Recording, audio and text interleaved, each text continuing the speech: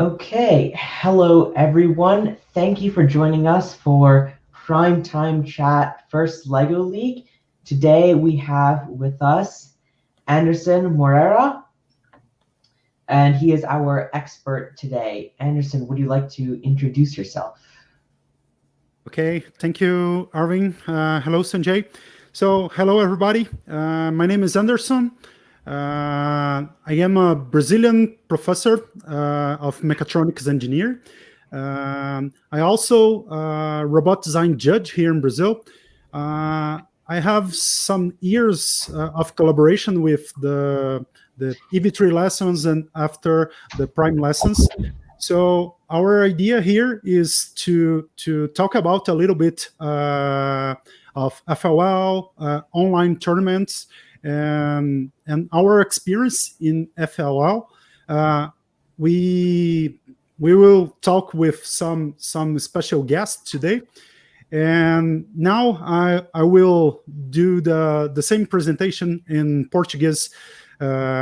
Então, boa tarde, pessoal. Meu nome é Anderson.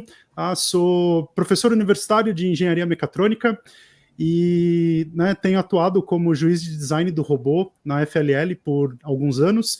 E a ideia é que hoje a gente falar um pouquinho sobre a parceria que eu tenho junto com os meninos, com o EV3 Lessons, com o Prime Lessons, e também conversar um pouquinho sobre torneios online e virtuais, que é bem importante nesse período que a gente está passando. A gente vai ter alguns convidados especiais nessa tarde, então eu volto a palavra agora para o Arvin e para o Sanjay também se apresentarem. So, guys, back to you. Okay, so I thought we'll start out about how we actually met Anderson in the first place. So Anderson was actually our World Festival judge back in 2016, and we didn't really know him then, but later, I think the next year, he offered to translate some of our work into Portuguese. And then we finally met him again in for the LEGO World event in Denmark. And we were actually part of the first 5. And so Anderson, Sanjay, and I were 3 of the first 5, in addition to Anton and Marc-Andre Bazargi, who got to work with LEGO Education as one of the first 5 people to work and help with Spike Prime. Ok. Então, pessoal, só para a gente traduzir e colocar vocês aí em parte, o Arvin começou falando como que a gente se conheceu. Então, eu conheci eles, não tinha lugar melhor para conhecer eles, foi num torneio FLL. Então, eu era juiz de design do robô no World Festival de 2016. Foi uma temporada depois deles criarem o site EV3 Lessons. E aí eu fui avaliar o programa deles, Então, colocando agora em adição aí o que o Arvin falou, para mim foi uma experiência muito bacana, porque naquele momento, o Arvin era bem pequenininho, e aí junto, a equipe era só ele e o irmão dele, o Sanjay, e aí ele explicando sobre o programa, todo sobre P&D e várias técnicas avançadas de programação, isso me intrigou um pouco, eu fiquei bem feliz com toda aquela apresentação, e logo depois, então, aí começou a parceria minha com eles, falando, eu me propus ali a traduzir alguns materiais deles para o português, que a gente sabe que é quão difícil ter um material bom aqui em português, a maioria está tudo em inglês. Então comecei a traduzir alguns materiais dele, e aí depois a gente teve uma oportunidade de se encontrar por um período mais longo na Dinamarca em 2018, quando a gente foi participar do evento chamado LEGO World,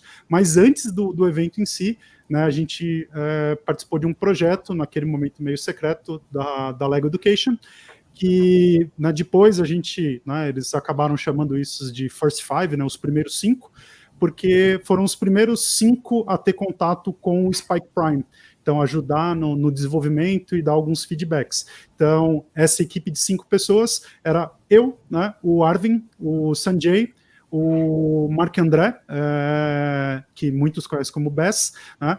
E o Anton, né, que também tem bastante coisa feita com Lego. Então a gente foi as 5 primeiras pessoas a ter contato fora do grupo Lego, né, com o Spike Prime. Isso aí foi em fevereiro de 2018. Tá? Então, desde então, a gente mantém aí uma relação muito próxima né, de colaboração e ajuda aí na comunidade FLL. So I not in addition to what you said, Arvin, I just said that when I first met you, you and your brother, you are very tiny guy, so with a lot of property in the programming skills that you showed me in the Word Festival. So I was amazed with that experience, and after that we become some friends and share some informations and collaborated a lot of projects during these years, right? Yes, Anderson, thank you.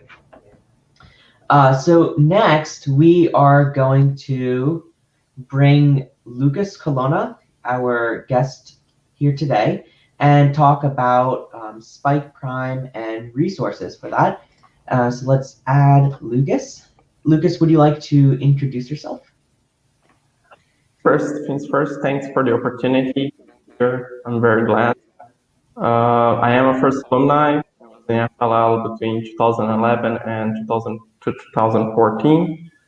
After that, I became a volunteer, judge, and overall enthusiast.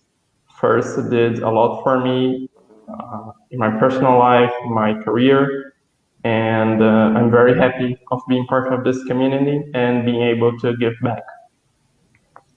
Então, só para falar em português rapidinho. Então, meu nome é Lucas Colonna, eu fui aluno da FLL entre 2011 e 2014. A FIRST foi muito importante para mim na minha vida pessoal, na minha vida acadêmica, e para mim é um prazer imenso poder continuar como voluntário, como juiz, fazer parte dessa comunidade incrível que é a FLL.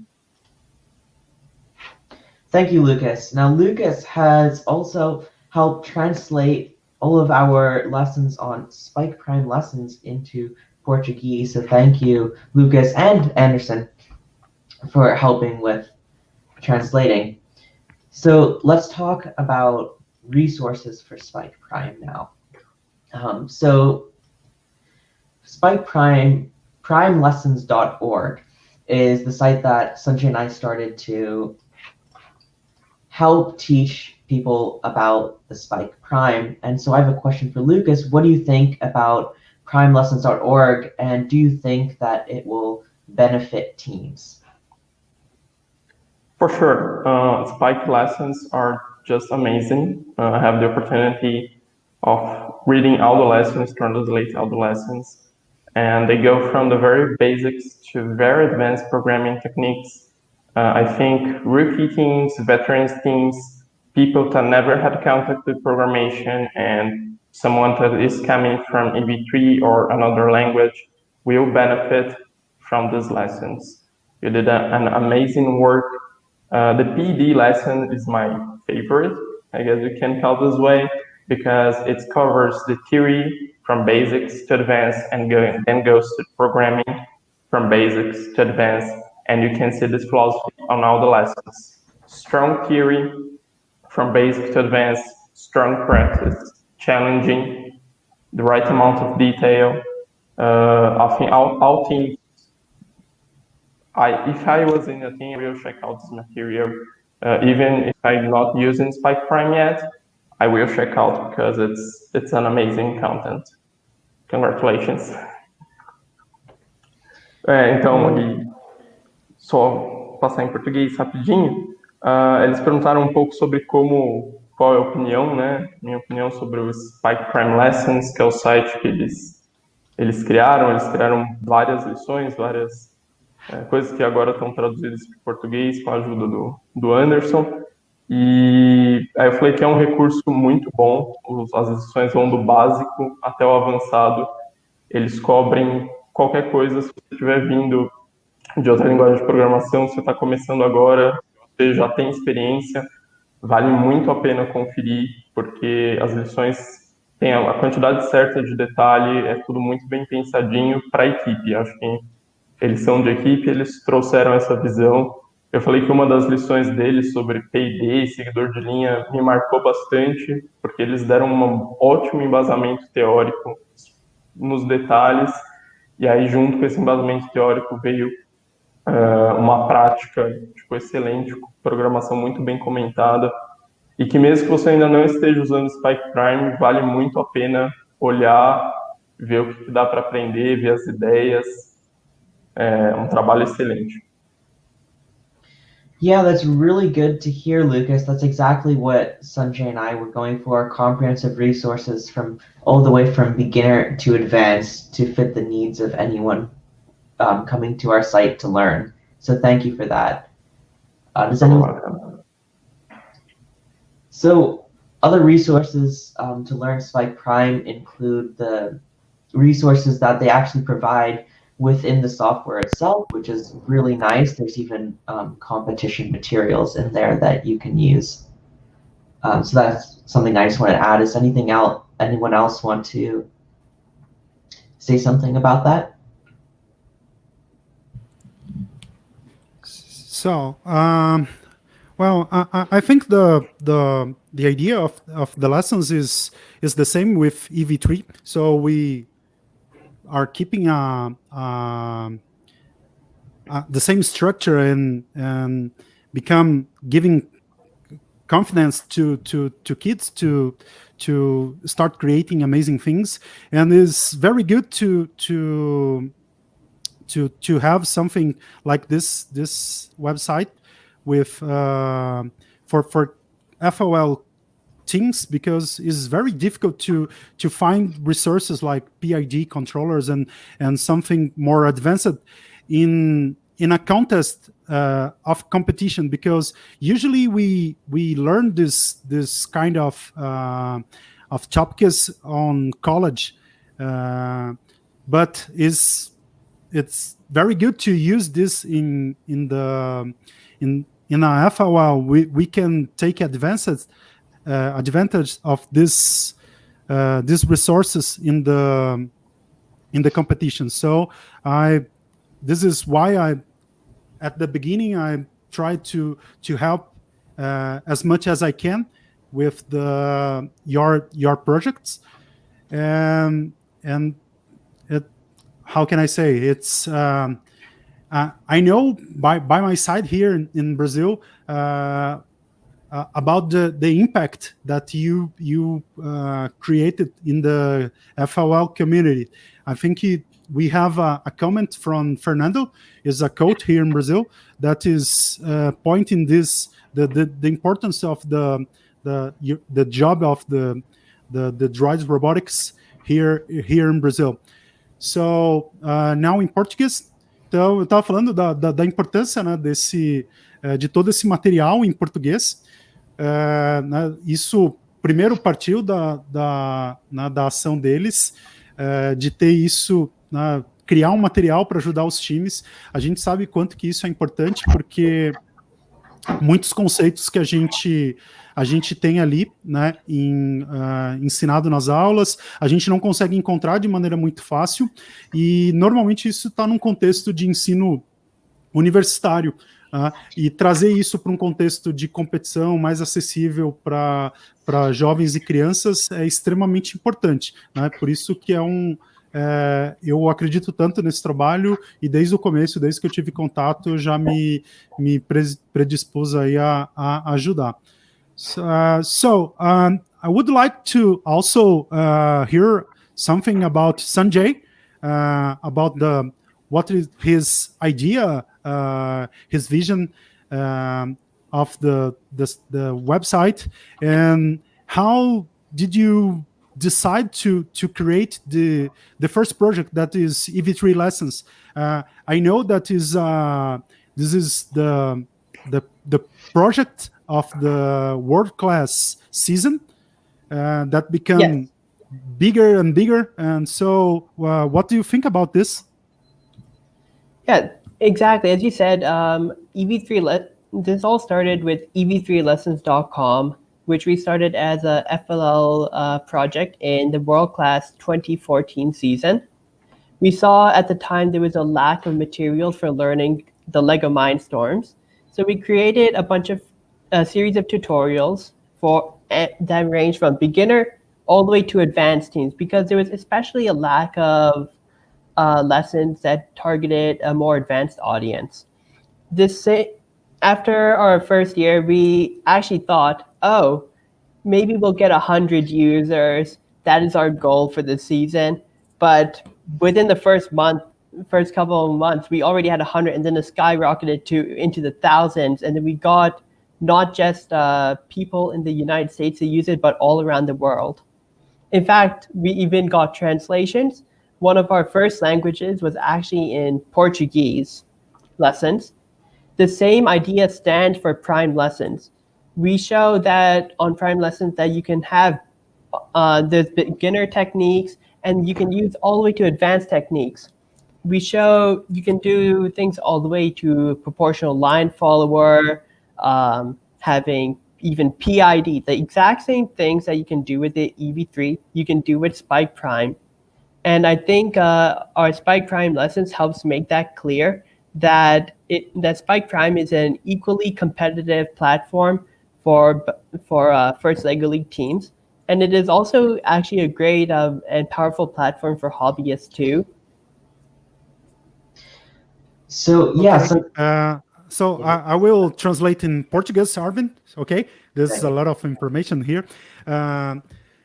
Ok, então o Sanjay estava falando que realmente, né, todo o projeto, né, do EV3 Lessons, que depois veio a se transformar no Prime Lessons, né, começou como um projeto de FLL. Então a importância disso foi uma ideia que eles tiveram. Eles olharam e falaram assim, ó, tem pouco material sobre como programar EV3, né, na internet ou referências para isso. Então eles tiveram a ideia de, como projeto daquela temporada, criar um site para ensinar como programar EV3. E a ideia deles é ter ali 100 usuários, alguma coisa do tipo, né, ali do próprios Estados Unidos, mas isso eles começaram a perceber que eles começaram a ter milhares de acessos de pessoas de todos os cantos do mundo, né, e começou aí ter as parcerias para poder traduzir. E desde o começo, né, a importância da comunidade brasileira, porque uma das primeiras línguas onde a gente começou a ter o material traduzido foi para o português, né, então isso é a importância de pessoas como o Lucas, né, até mesmo eu ali, ajudando na tradução. Então isso foi muito importante. E hoje aí eles falam que com o surgimento do Spike Prime, eles viram a necessidade de também fazer a mesma coisa para o Spike Prime, e aí consegue mostrar que o Spike Prime tem a mesma capacidade, né, tem o mesmo recurso para criar coisas que o EV3 conseguia também criar. Então ele é igual, ele é competitivamente igual ao EV3, obviamente com algumas diferenças, mas ele consegue fazer as mesmas coisas, né? Então, tanto serve para as competições, quanto também para projetos robistas, né? E para pessoas que são entusiastas. E so I have another thing that I know by my contact with you about the success of the EV3 lessons, because I once heard that many judges in the FOL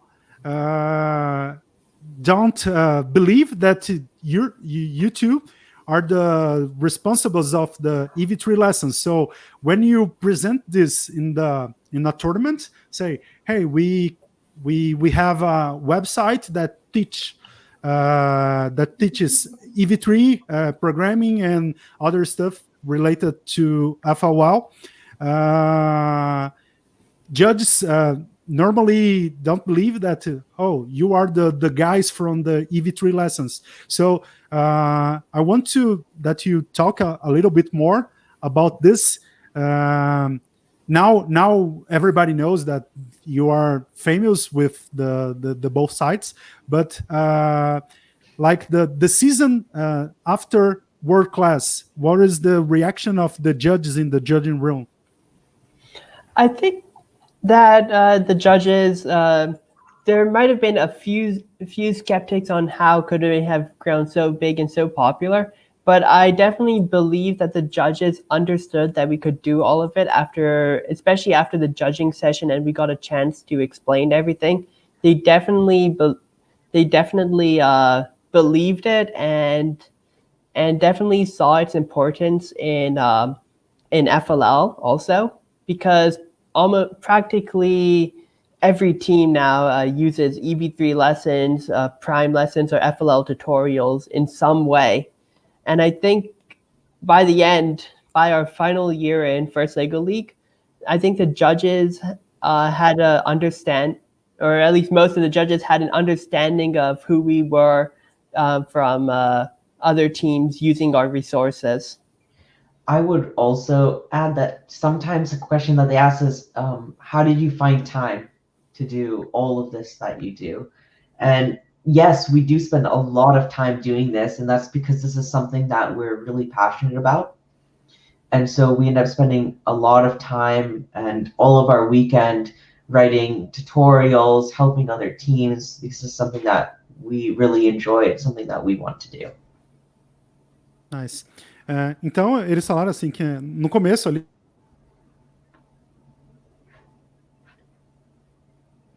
I think we lost you, Anderson.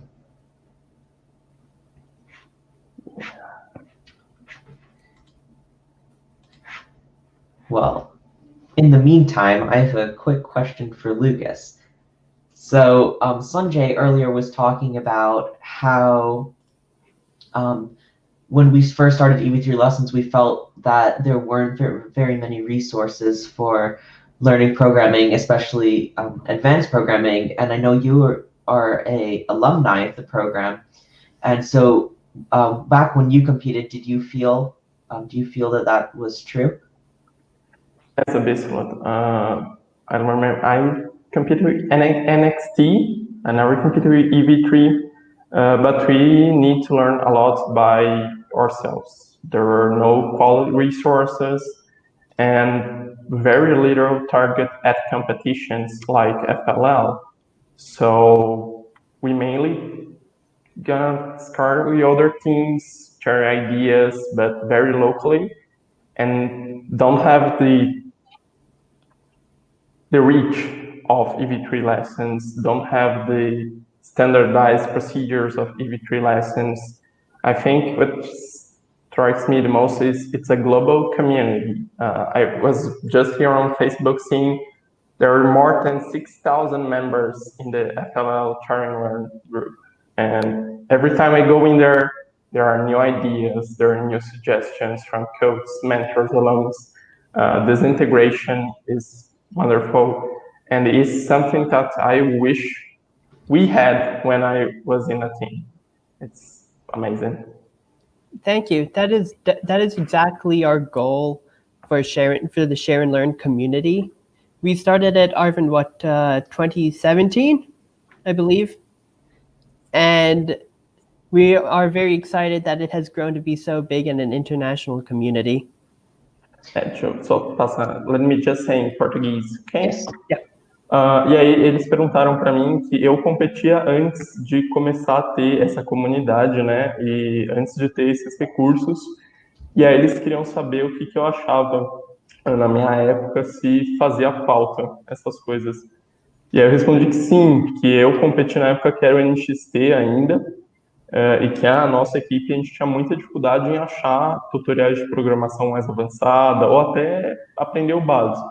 Era muita tentativa e erro, era muitas vezes falar com as equipes que são próximas, ver o que dá para fazer, mas nunca tinha esse alcance global que tem agora. E aí eu comentei, né, que hoje o grupo deles no Facebook, que eles começaram com essa pesquisa, o FLL Challenge Share and Learn, tem mais de 6 mil membros, e toda vez que eu entro lá, a galera tá trocando ideia, mentor, ex-aluno, membro de time, e isso é muito produtivo para toda a comunidade. Eu acho que todo mundo sai ganhando muito com isso, e é isso. Okay, yeah, I just want to add one more thing. Our tagline in 2014 when we first started the site was EV3 Lessons was "Let's learn together," and I think that fits exactly what you were just saying. So thank you. That's good to hear. You're welcome. E agora eles falaram, né, que a ideia deles sempre foi essa, sempre foi ter esse projeto para alcançar o maior número possível de pessoas, e que o slogan deles era, o slogan entre aspas, era vamos aprender juntos. E acho que todo mundo que teve esse contato concorda que sim, foi uma troca de aprendizado excelente com todo mundo. Thank you guys. It's an awesome work. Okay. I think the last thing that we're going to talk about is Spike Prime and EV3 for FLL teams. So we're going to begin with a little bit about, for FLL teams, how do you think the Spike Prime compares with the EV3? Aí agora eles falaram que a gente vai conversar um pouco sobre o Spike Prime e o EV3 para as equipes da FLL e perguntaram o que eu acho do Spike Prime para o EV3. So, I read all your lessons. I learn a lot about Spike Prime doing this. Learn a lot with Anderson too. He was really helpful to me in the translations and with Spike Prime. I think Spike Prime, for first, it's smaller. I see this as an advantage for FLL. I also see the absolute positioning of the motors as a huge plus. The teams will make good use of that. And especially after your lessons about gyro turning, the gyro sensor can be a valuable asset in making the runs more smooth and more reliable throughout time. I think this is something that always been tricky on FLL, is being able to replicate results with consistency. And Dorado, better motors, better color sensor, I guess it's more accurate too. We look to that. And for more experienced teams, the ease of use of Python, I guess, will be a plus again. Sorry, I went out of electricity here, so need some time to go back the router and everything else. Sorry for that. Yeah. Hi. We are currently talking about how does Spike Prime and EV3 compare for first LEGO League teams. Okay, great.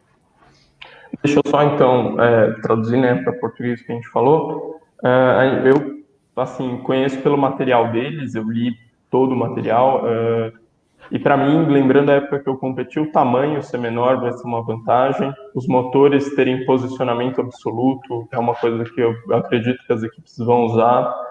E ainda mais junto com a lição deles sobre virando com giroscópio, né? É outra coisa que as equipes também podem... É um giroscópio que não tem drift.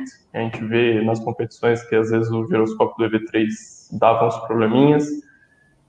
São coisas que eu enxergo como grandes vantagens aí do Spike, que as equipes vão conseguir explorar, vão conseguir se beneficiar. E um pouco da integração mais nativa com Python. Então, algumas equipes mais experientes ou que querem entrar nisso vão ter essa opção. O EV3 já tinha, mas vão ter com um pouco mais de facilidade, que já está dentro do software da Lego. To add on to what Lucas said, there are several other improvements with the Spike Prime. For example, the Spike Prime has a much faster boot time than the EV3, which is great for first LEGO League teams. It also has a built-in menu. If you can, I think Arvin's trying to show a demonstration of this. You can see how fast it turns on. Barely 5 seconds. And you can see a built-in menu straight on that hub. Moreover, the software has a built-in move centimeters and move inches input to the movement blocks, which makes navigating the field, especially if you are on a beginner team, a lot easier. There's also built-in monitoring for variables, which is great for debugging, just as you would use a screen for the EV3. And another great improvement with the motors is stall detection. With the EV3, you would have to create a special my block to detect motor stalls. But if your motor stalls in the Spike Prime, if you've enabled it, it will automatically move on when your motor gets stuck. So Okay. I have a. Oh, okay. Oh, we should translate that first. Yes. Yeah. Thank you. So, então que o Sanjay falou, a primeira coisa, né, que a gente consegue notar rapidinho é que o Spike Prime ele tem um tempo de boot, né, um tempo de inicialização muito menor, por volta de 5 segundos, quando comparado com o EV3. Isso pode ser uma grande vantagem para os times de FLL, né, que sempre tem aquele problema com o EV3 de demorar muito para ligar, né. Outra coisa que, assim, a maioria dos times mais avançados de FLL costumam fazer, mas para aqueles times mais iniciantes que estão começando ali na FLL, é algo um pouco difícil, que é criar aquele bloco de movimentação por centímetros, por polegadas, alguma coisa do tipo, né? Para a gente é mais comum em centímetros. Envolve o cálculo do perímetro ali da roda, e isso pode ser um pouquinho avançado para os times que estão começando, mas o Spike Prime já tem isso direto, né, dentro dos blocos padrões ali de trabalho. E a outra coisa que também já está presente nos blocos é a detecção de stall. Stall pode ser um conceito um pouco difícil, né, mas é quando a gente trava o motor. Então já tem no bloco mesmo, a gente já consegue detectar se o motor foi travado ou não, e aí tomar uma decisão, o que a gente pode fazer com isso. No EV3 a gente tinha que programar isso por um bloco, né, um My Block ali, um bloco personalizável. Tinha como fazer, mas era bem mais difícil. Então, no Spike, isso já está disponível desde o começo, o que pode facilitar para os times começar a ter vantagem de usar isso daí. Okay, so this is an example of how compact you can build with Spike Prime, which is one of the biggest advantages of using Spike Prime. So this is a very small robot that you can build, and it uses very few parts and is very quick to build because of the many connections that the Spike Prime motors and hub provides. Então, ele está falando que uma outra vantagem também, né, é o tamanho do Spike Prime. Então, isso permite conseguir construir robôs aí bem compactos, né, usando poucas peças e tudo mais, com uma estrutura ali bem simples. O próprio formato dos motores permite isso daí.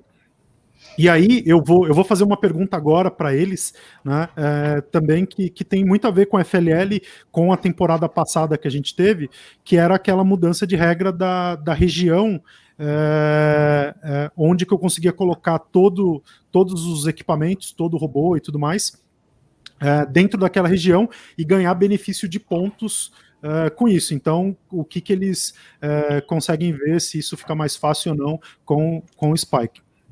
So, one question that I would like to ask you two, it's about in the last season, we have the new rule that gives some points if the robot and all the equipments is fit on the small area. So, what do you think about this? And if you think that with Spike Prime, it will be easier to build more complex robots, but with a compact size, with a small area. What do you think about this? With the Spike Prime, the parts are more rectangular and have more connection points, and are overall smaller. So it is definitely easier to build a smaller robot and also a lot quicker time-wise. Like you can build a simple robot in 5 minutes, for example. However, It is not necessarily. It is not putting EV3 at a big disadvantage in terms of compactness for the advantage points, because you can build smaller. Build small with EV3. It may take a little more difficulty than with Spike Prime, and Spike Prime is, as I said, it is easier to build smaller. But I would say, in terms of getting those points, either way you choose, EV3 or Spike Prime, you're not losing that much by using EV3. Ok. Então, em português, o Sanjay disse, né, que sim, né, pelo fato dos componentes ser menor no Spike, acaba sendo um pouco mais fácil de construir, né, menor e ter a vantagem desses pontos adicionais. Porém, né,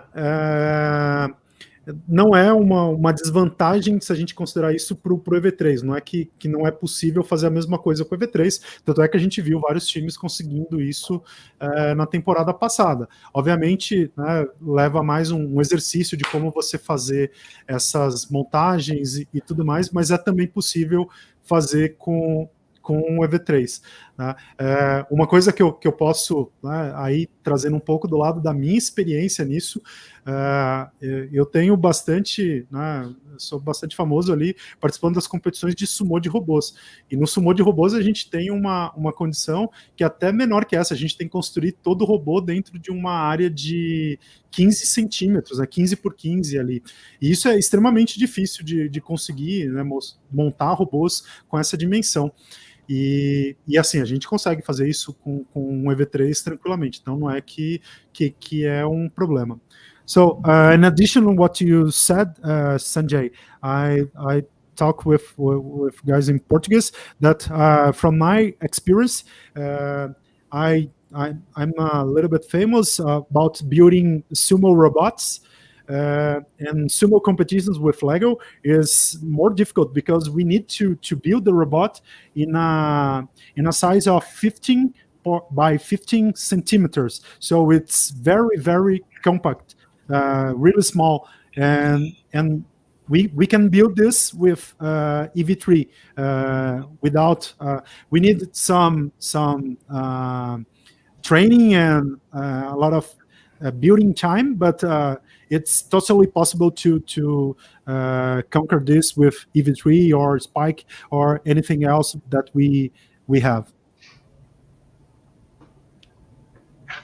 I agree. Okay, so do you think we're ready to move on to part 2? Or is there anything else that anyone would like to add?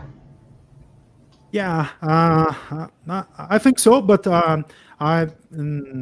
first I would ask Lucas if he wants to add another thing or give a final comment about the whole process with the translation and everything else. Sure. So first things first, thanks Arvin, Sanjay, Anderson for the partnership. I learned a lot with all of you. I'm very grateful for this opportunity, and I'm looking forward to keep translating and make this material available in Portuguese together with Anderson. He teaches me a lot of technical terms, something I get wrong. He was always there, and it's very good, a great experience. Keep going. It's an inspiring work. Thank you very much. Thank you. Só em português antes. Eu estava agradecendo todos eles, o Arvin, o Sanjay e o Anderson, pela essa parceria. Eu aprendi muito com todos eles, foi um prazer fazer isso. O Anderson me ensinou vários termos técnicos, várias coisinhas que escapavam, ele sempre estava lá para dar um suporte. E que o trabalho deles é inspirador. Acho que a gente teve até um chat falando isso, que ajudou muito o EV3 Lessons em outros competidores. E é isso, gratidão por fazer parte dessa comunidade incrível. Vocês são demais, galera. Valeu, Lucas. Obrigadão. Valeu, Anderson. Thank you, Lucas and Anderson, for translating all of our work. We really appreciate it. Okay, so now let's move on to part 2. Part 2 is going to be about virtual first LEGO League. So goodbye for now, Lucas. And we will add. So Oi, pessoal. would you like to introduce yourselves? Oh, sure. I guess I'll start. Well, I'm Daniel Sam with the Franco George team. I started back in 2016 competing in FLL. Started as a programmer, by the way, so it's a huge pleasure being here and talking to you two because I'm a result of every 3 lessons. I'm very confident to say that. That was how I learned to program and how I learned to engage in FLL and started helping my team. I competed all the way till 2018, actually 2019. My last tournament was the Global Innovation. That was my last one for the Into Orbit season. Now I'm still helping my team as a mentor. And again, just thank you very much for all the work you guys put in every 3 lessons. Not only helped me, but also all the other members in my team. It just kind of passed on from generation to generation. The first thing I was told when I started was go on every 3 lessons and read everything you can in there. And last year I took it even further and looked at your guys' EV3 dev lessons.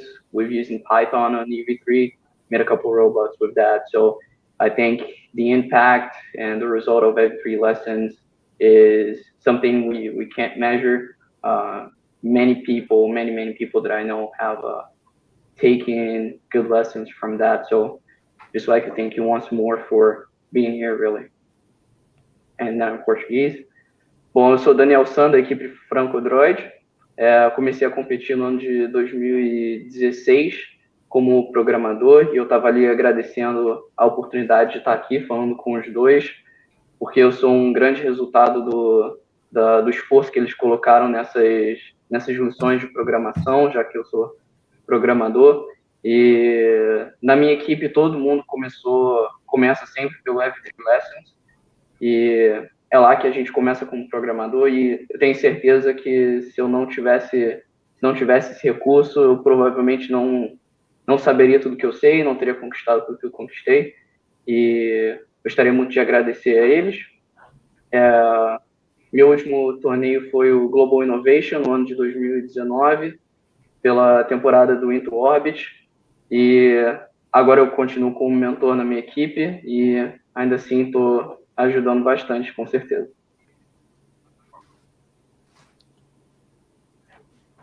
Okay. Manu? Oi, eu sou a Emanuele, eu sou da Titãs LJ. E, primeiramente, eu quero agradecer a oportunidade de estar participando dessa live com vocês. É realmente muito gratificante poder representar o Brasil junto com o Daniel e também representar o meu time, né, a Titãs LJ. Anderson, você quer que eu fale tudo e você vá traduzindo? Pode falando. Pode falando, tá aí eu resumo. E a gente quer agradecer imensamente a oportunidade de estar aqui, principalmente aos meninos, porque para nós é uma oportunidade muito gratificante e falar bastante para eles que eles são uma das nossas maiores inspirações em relação a compartilhamentos, que eles, só da criação dos sites que eles têm, isso inspira muito a gente a compartilhar nossos conhecimentos com outros times, com outras pessoas, e que a gente é totalmente grato por isso, porque a gente tem aprendido muito e só tenho a agradecer. Okay, so Emmanuel or Manu is saying she is from the Titans LJ,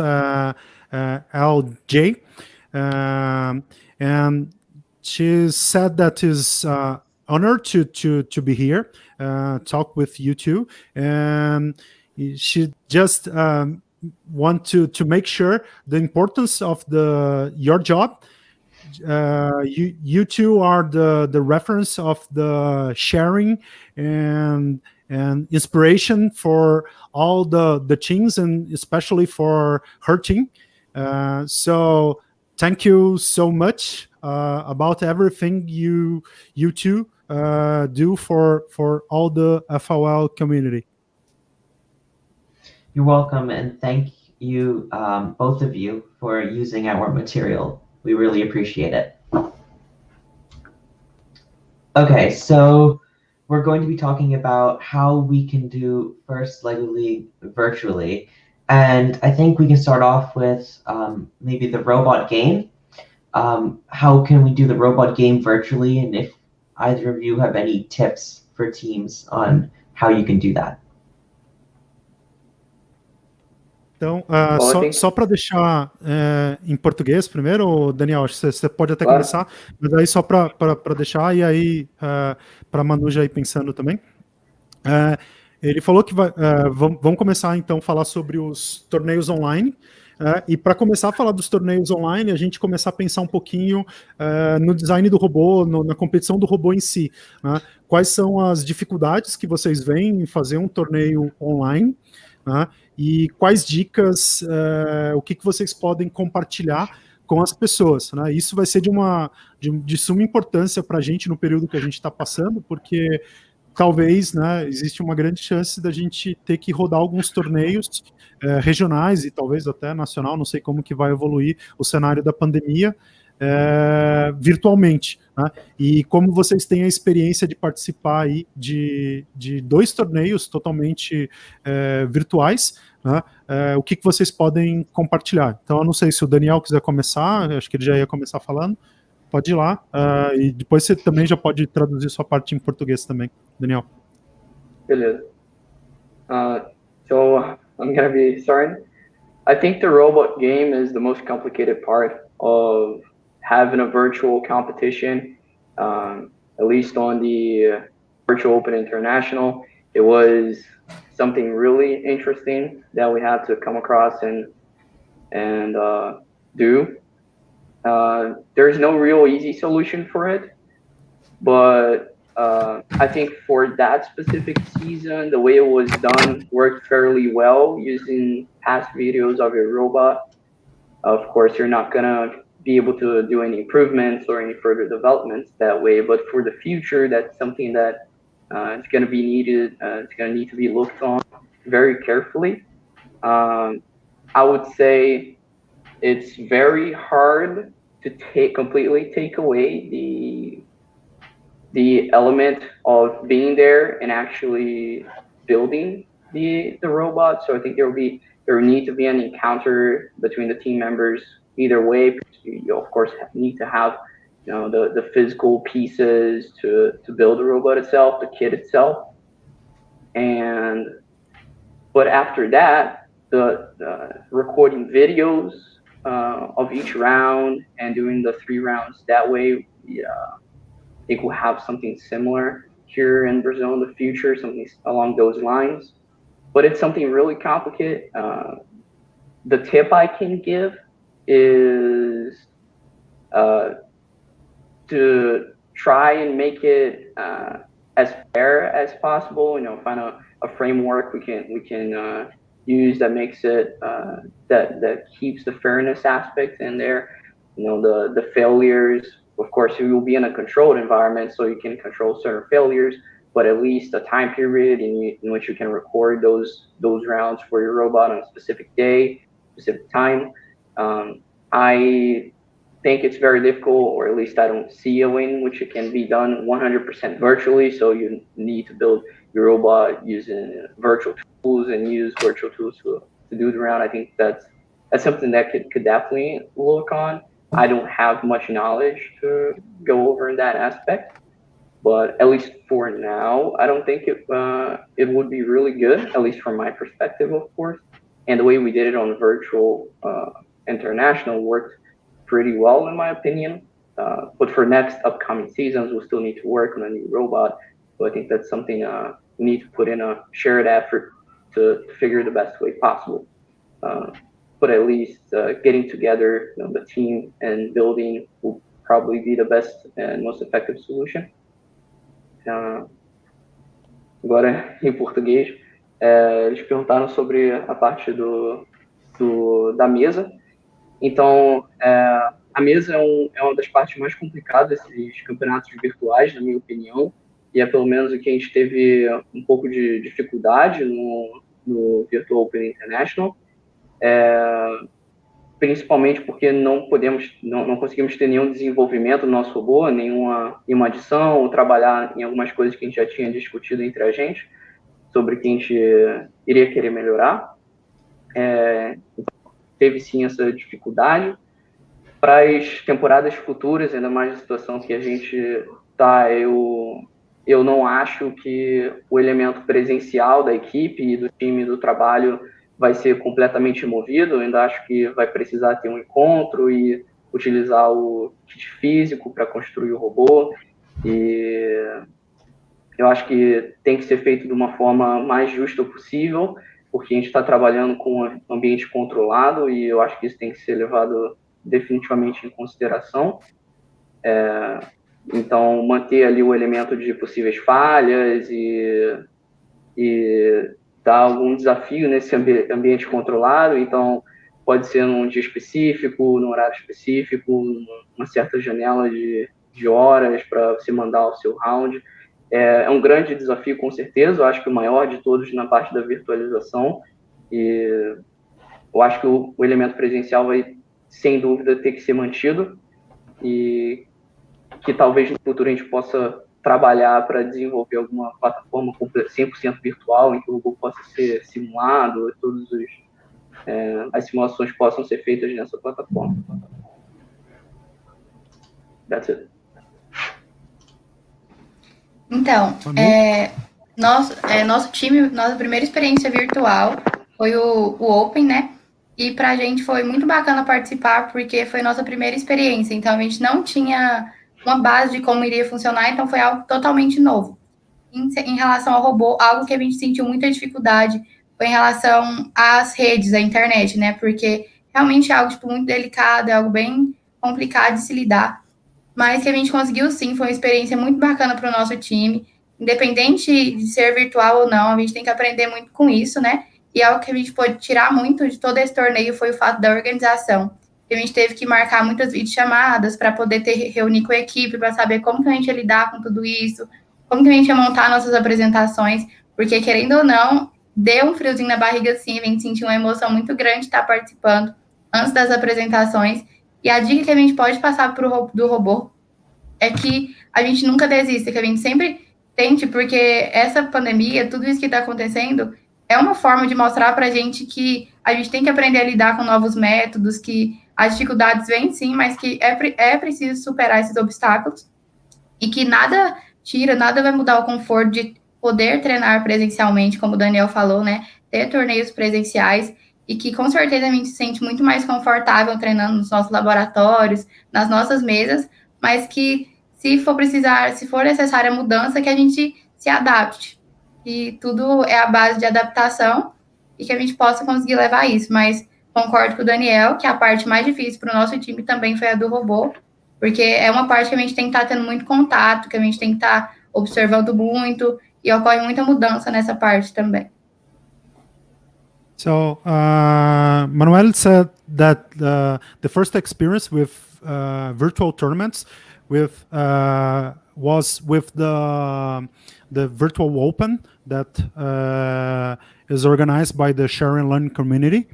So it's a great experience, but is very all the experience is very new because to adapt with the going virtual, doing the meetings online with all the team members to decide what to do, what to present, how to record the video to send to the competition.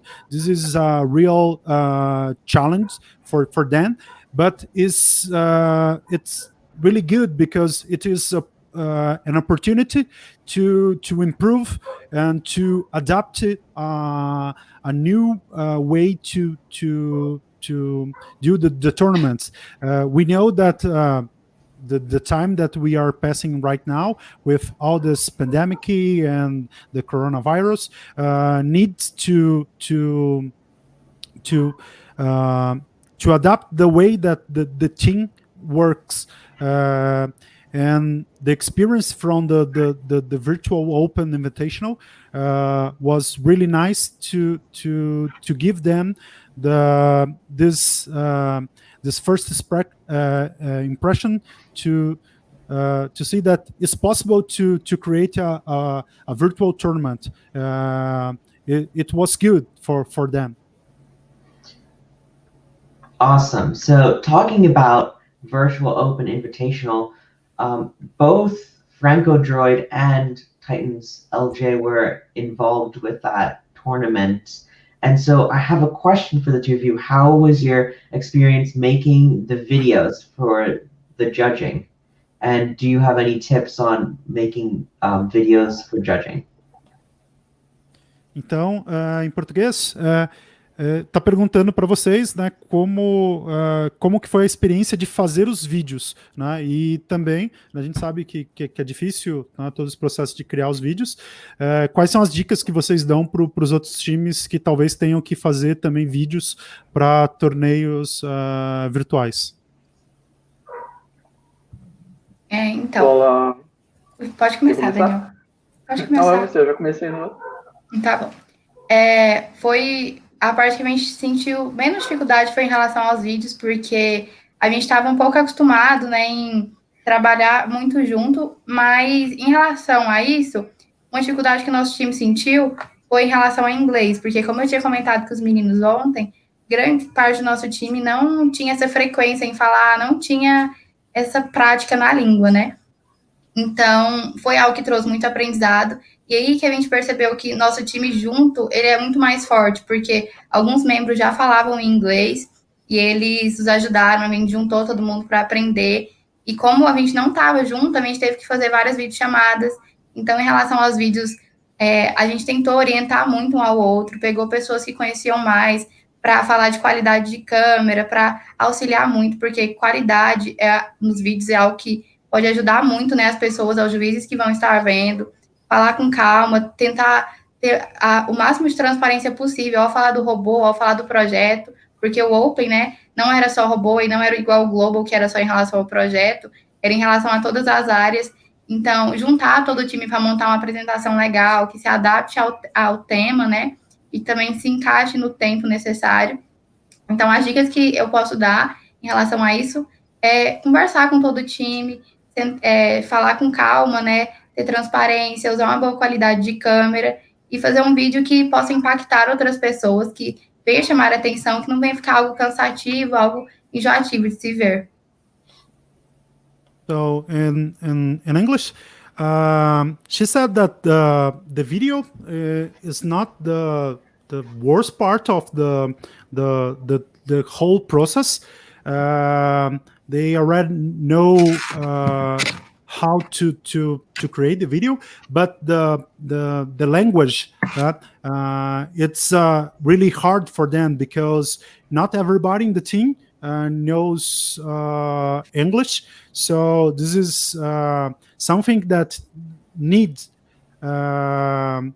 the teams to get together and discuss the better way to create the presentations, and also to the team members that know a little bit more about English, to teach the other team members how to say something in English, or to present something. So the work team is a very important for this process. So the team to work together, and also she said that is one tip for the teams to produce videos is to think about the quality of the material, the quality of the camera and the sound, to create a content with quality, and it's not and also that is not boring for who is watching the video. And another thing is to be yourself when recording the videos, not to pretend something that you are not. So this is, in her opinion, the most important things to be concerned when record the videos for the tournament. Thank you, Manu. Do you have any advice, Danielle? Yeah, so for the video, that's the part that took the most work to make. So we had 3 videos to make, 3 presentations, and pretty much 3 sets of scripts we had to hand over to everyone. So that's what took the most effort. So in our case, I have to say it was a bit easier than the Brazil's COVID challenge that's going on right now in what concerns the presentation itself. Because we already had everything set, we already had an idea of what we wanted to do and what we were doing for the presentations. We had just finished our nationals, so we received feedback from the judges on what worked on our presentation. So there's still room to work on those feedback. One thing that played against us was the fact that we would be working on a digital environment, and even though you're using, for example, in our case, PowerPoint and slideshows, you're not going to be standing there talking beside that slideshow. So we need to put all of that into a digital format. And what's worse was that in our case, we had an acting part with two team members, and we had to figure out a way how to put that all into digital formatting. And I think that's one tip I can give is be creative when it comes to these presentations. Some things that work physically won't work digitally. For example, this acting we did, we were lucky, first off, that it was just 2 people standing and talking to each other. So we used some editing tools to record them in a very specific way. So we kept their size proportional and the camera angles. That took a lot of work for sure, but the end result was I think was really cool. Just having them 2 standing and looking towards each other, but not actually being there. That's how we managed to put that into a digital format, and it was very interesting how we managed to put an acting as such into digital. More was the PowerPoint part, the presentation. And for that, I'm going to have to agree on what Manu said about keeping it entertaining. So we had lots of animations and the member voiceovers along with that presentation. Another tip is to make sure that you're being clear when it comes to audio, and listen and watch the presentation over and over again after it's done, and watch over your own audio. If they ever needed to, of course, they could reference the script at any time. That was a possibility. So that definitely played in the members' favor. But still, they had to put in a lot of work into capturing good quality audio, making it in time, and having an overall picture of what everyone else was saying and what the presentation would be like. And for that, of course, we had to talk a lot through messages. We had to do video conferences to figure out these minor aspects of everything that we did. But at the end, it was completely worth it. But it took a lot of work. It will take a lot of work in the future making these presentations digital. But it's a really interesting opportunity, and I don't think we will lose that much having those digital and doing them digital. Because the same way you can do physically, and physically you can do acting, and you can play around with the physical environment around you, digitally you can play around with your digital tools. So you can do animations, you could even do CGI if you wanted.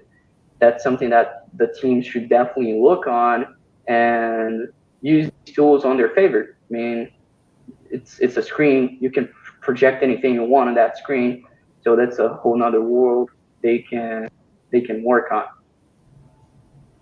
Bom, agora em português, eles me perguntaram sobre as apresentações, como foi e se eu tinha alguma dica para dar. Então, para a gente, as apresentações, elas foram o que deu mais trabalho de se fazer, porque teve toda a parte de organização, então a gente trocou muitas mensagens, tivemos muitas videochamadas para montar toda a apresentação, bastante edição de vídeo, e no nosso caso, a gente tinha um teatrozinho no começo, então a gente precisou arrumar um jeito de transformar esse teatro para um formato digital, que fosse interessante e que funcionasse, e para isso, como eram só 2 membros falando, a gente gravou eles separadamente, eles gravaram separadamente cada um, e tivemos muito trabalho em consertar o ângulo das câmeras, o áudio, a iluminação, e o resultado final foi muito interessante, porque a gente conseguiu fazer o teatro, então ficou eles dois conversando um com o outro, um virado para o outro, com a tela dividida, só que parecia que eles estavam em um mesmo cômodo, em um mesmo espaço físico. Então, essa é uma dica que eu dou, que é usar a criatividade em transformar o aspecto físico para o digital. Lembrar sempre que, como é digital, você não vai estar ali falando do lado da sua apresentação, ou gesticulando, e isso tira um pouco, obviamente, o engajamento do juiz que vai te assistir. Então, é muito importante que essas apresentações sejam interessantes e tenham um pouco de entretenimento ali nelas. Isso foi algo que a gente conseguiu utilizar. E, de novo, foi muito trabalho fazer o voice-over do PowerPoint com toda a parte do script. Mas como a gente já tinha uma ideia pronta, e isso é algo muito importante, você ter uma ideia geral do seu trabalho, a gente conseguiu transformar isso para o formato digital, transformamos todo o PowerPoint. A gente, mesmo já sendo digital, o PowerPoint sofreu transformações para essa parte do voice-over. E depois de muito trabalho, muitas gravações, muitos erros, muitos acertos, a gente conseguiu o resultado final que eu acho que foi satisfatório. Então, a dica que eu dou é use muito a criatividade, muito. Da mesma forma que você presencialmente, você pode fazer milhares de coisas, pode fazer teatro, você pode brincar com o espaço físico entre você e o juiz, pode fazer milhares de coisas. No aspecto digital, você tem você tem outras infinidades de ferramentas que você pode usar para apresentar, então, animações, eu dei o exemplo também de computação gráfica para fazer isso. Claro que vai ser um trabalho enorme, mas é uma possibilidade. Eu tenho certeza que é algo que as equipes podem esperar e olhar para o futuro em outros formatos digitais. Só acrescentando uma coisinha aqui, perdão. Acrescentando uma coisinha que o Daniel falou que é bem importante, é usar bastante recursos visuais, porque como ele falou, quando a gente está num torneio presencial, a gente pode usar vários métodos, a gente está com as coisas em mãos, a gente tem coisas mais fáceis para mostrar.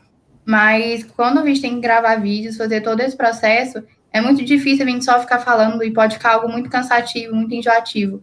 Então, mostrar PowerPoints, como ele disse, fazer apresentações, mostrar fotos, um exemplo, quando vocês forem falar de profissionais, mostrar os profissionais que vocês estão falando, como comprovação daquilo, mas também para distrair um pouco, sabe? Para ficar algo mais bacana. Muito, muito importante recursos visuais em meio da apresentação.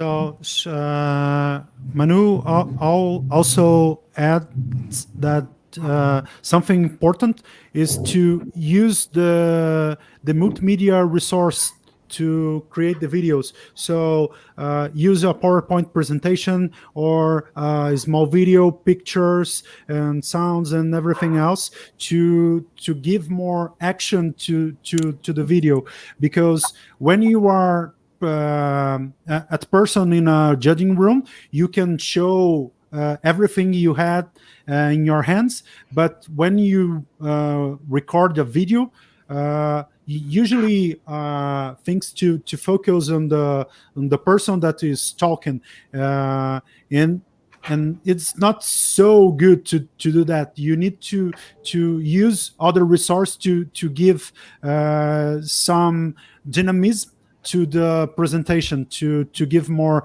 action and make this more enjoyable for who is watching the video. We have a question in the chat that says, how do you keep the teamwork organized even at a distance? Or more generally, how do you work together virtually. Could you two talk a little bit about how you overcame this issue?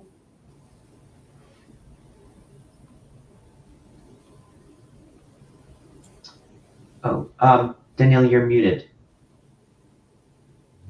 Oh, yeah, sorry for that. A organização é um aspecto muito importante nesse momento, e o jeito que, pelo menos, a gente arrumou de manter foi através de videoconferência. Então, a gente continuou com a nossa rotina de conferências e de encontros, por vídeo mesmo, através de videoconferência, e além disso, a gente usou bastante o recurso de mensagem. Então, era o tempo todo trocando mensagem em diversos grupos, e a gente ia combinando, e nessas reuniões a gente dividia o trabalho, o que cada um ia fazer durante a semana, estabelecia alguns objetivos para aquela semana. Então, eu acho que não sofre tanto assim a parte de organização, porque mesmo presencial, a maior parte do tempo a gente estava separado um do outro, e claro que agora estamos mais ainda separados, óbvio, mas ainda é possível fazer videoconferência. Então a gente está conseguindo ir muito bem nesse aspecto. E agora em inglês. So, organization is very important during these championships, especially virtually. The way we found to do it was through video conferences and exchanging messages between members. So we had our messaging group in which we would post goals for that week or works that had to be done on a specific time frame, who was going to be doing it. So we divided the tasks that way through mostly messaging. We had video conferences to discuss our objectives, what we would be doing on that week, what our project would be, presentation ideas.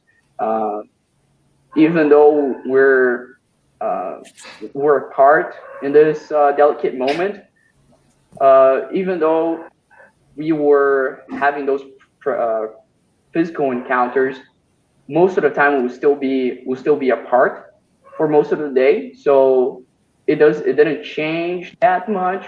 Of course, now it's 100% gone, the physical aspect, but we're still using the non-physical means to communicate with each other. So I would say for the teams to use messaging, at least for us, that's what kept the organization going, and never leave it more than 2 or 3 days without talking to each other and establishing goals. To add on to that, Arvind and I are on a FRC team, and we also are meeting digitally. We use tools such as Slack and Discord, and I think we used to use Zoom calls as a great way to meet each other and talk about the important parts of FRC. And I imagine similar tools are probably being used are great for First LEGO League. Do you have any specific tools that you use on your team, Danielle? Yeah, we used Google Meet and Google Classroom to exchange ideas and keep up with tasks. We also used Google Docs to have a document in which everyone can edit and in which everyone can see each other editing it. So that was another way we found to keep that initiative going, besides from just the video conferences and the messaging. But definitely, we primarily used Google Docs, Google Meets, and Google Classrooms for this. Em português, bom, ele me perguntou quais ferramentas, mais especificamente, a gente usou durante esse momento virtual para manter essa organização. E nós utilizamos, primeiramente, o Google Meet para as videoconferências. A gente usou também o Google Classroom para postar novas tarefas, postar novos objetivos, discutir ideias. E nós usamos também o Google Docs para criar um documento em que todo mundo pode editar e todo mundo pode ver, todo mundo editando esse documento. Então, você adiciona bastante no quesito de proatividade, não só nessa videoconferência, mas também o documento. Todo mundo pode estar trabalhando junto naquele documento ao mesmo tempo. E não precisa ser exatamente no mesmo momento. Se alguém fizer uma edição há 1 hora atrás, você entrar agora, você consegue ver essas alterações. Então, você sai bastante do escopo de só falar, eu fiz tal coisa, eu fiz outra coisa. E você tem esse recurso virtual aí do Google Docs para manter se atualizar no que está sendo feito no trabalho da equipe. Nós utilizamos basicamente os mesmos aplicativos, algo que a gente tentava muito manter a organização, e o que ajudava muito a gente era fazer reuniões diárias, nós marcávamos reuniões todos os dias com o time, para poder dar feedback de como estava sendo o nosso trabalho, o que a gente precisava melhorar. Um aplicativo de gestão que a gente usou bastante foi o Trello, que foi onde a gente marcava as metas que cada um tinha que estabelecer, né, que a gente falava assim, tal dia eu tenho que fazer tal coisa e eu tenho um prazo para entregar isso, para ter uma base mesmo de organização. Nós também usávamos muito aplicativos como o Zoom para fazer videoconferências. O WhatsApp era uma ferramenta muito poderosa para o nosso time aqui, imagino que para muitos também, porque era o nosso principal meio de comunicação, onde a gente estabelecia horários das reuniões, tirava dúvidas uns com os outros, eram ferramentas e ainda são, principalmente agora, tudo sendo virtual, que ajudam e auxiliam muito. E que quanto mais você usa, mais você vai aprendendo com elas. So she said that she also used the Google tools for meetings, online documents, and everything else. Also the Zoom for video calls. And here in Brazil, I don't know if in America we use it a lot, the WhatsApp message here. So it's important too, also for team communication. And another tool that I know by using that is also good that the Titans teams uses is the Trello. I don't know if you two know this tool is really great for giving time schedule and duties for team members to create. Is really good. So she said that the virtual meetings is really important for the whole process. So the team members need to get in contact with each other to keep the job working well.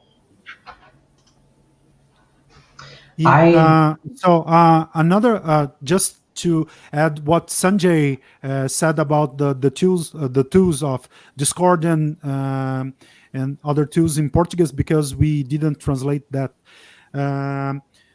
Os meninos ali, na hora que eles começaram a conversar com o Daniel, eles falaram de duas ferramentas que muitos aí talvez conheçam, pessoal que é bastante ligado aí a jogos online e tudo mais, que é uma ferramenta chamada Discord, né? É um jeito bacana também de fazer chat e conversar, dividir informações. E uma outra ferramenta que o Sanjay conversou, e que, né, esse já tem um uso um pouquinho mais profissional, principalmente no ambiente aí do pessoal que trabalha com programação, startups e tudo mais, que é o Slack, né? É uma ferramenta muito, muito poderosa para compartilhar códigos e trabalhar ali com recursos de programação. Isso também pode ser uma boa ferramenta, um bom recurso aí para o pessoal que estiver querendo trabalhar com códigos, né? O pessoal que vai, sei lá, querer programar o Spike, o EV3 em Python, pode ser também bastante útil usar o Slack também para poder fazer essa interação entre os times. So, back to you guys. Okay, it looks like we have one more question in the chat. So I'll go ahead and display that. How has been the experience of developing a research project in a virtual way for the SESI COVID challenge? Posso começar, Daniel? Eu só vou falar para eles só explicar, né? Porque talvez eles não saibam o que é o desafio Covid do SESI. Então só aí você responde, Manu. So just to put us in the same page, guys, this challenge, this SESI COVID challenge is a virtual tournament that our FOL partner here in Brazil created. It's all about a project tournament. So the teams needs to share solutions for this period that we are living right now with all those diseases that we are suffering. So I think Manu is want to start sharing some info. Então, quando a gente viu que o desafio tinha sido lançado, a gente quis muito participar, porque realmente o nosso time estava parado, né, com toda essa pandemia que a gente não estava podendo se ver, e a gente falou, por que não participar? E tá sendo muito bacana participar, porque a gente está criando um vínculo cada vez maior com o nosso time, podendo trabalhar junto, mesmo que virtualmente, criando novas soluções, criando uma solução, né, para esse problema que tem afetado tanto tudo isso é graças a esse problema, e é muito gratificante para a gente participar desse torneio, e para as outras equipes também, porque tá podendo participar de algo que pode solucionar um problema que está sendo tão decorrente, um problema que está afetando tantas pessoas e causando mortes, né, que é algo que realmente é algo que precisa ser solucionado. E é muito bom estar participando disso tudo. É realmente complicado, né, porque trabalhar virtualmente não é fácil, pesquisar é algo realmente muito delicado, achar sites confiáveis, né, buscas que sejam realmente certas, que sejam realmente focadas naquilo que a gente procura, e algo que o torneio deixou bem aberto para nós foi trabalhar ou com um problema relacionado à cura, ou ao tratamento, ou à prevenção da doença, e nosso time resolveu trabalhar um pouquinho com a prevenção, que a gente estava vendo que muitas pessoas que a gente tem convívio têm problemas com alergias por causa do álcool em gel, né? Que é um produto essencial para a prevenção desse vírus, e a gente estava trabalhando um pouco com isso. So she said that she's very happy with this new challenge proposed by our partner here in Brazil. Okay. And also, this challenge creates an opportunity to the team members to reinforce the relationship of them. It's really nice. And mainly because we are right now in a off season of FOL, so this challenge is really nice for them.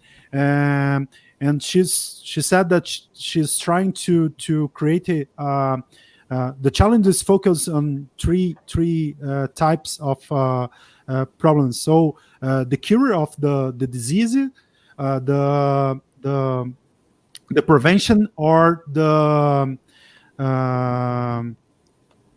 how to improve the quality. So she's trying to work with the problem with the hand sanitizer here, because a lot of people has some allergic with the hand sanitizer that we are using here in Brazil to prevent the COVID.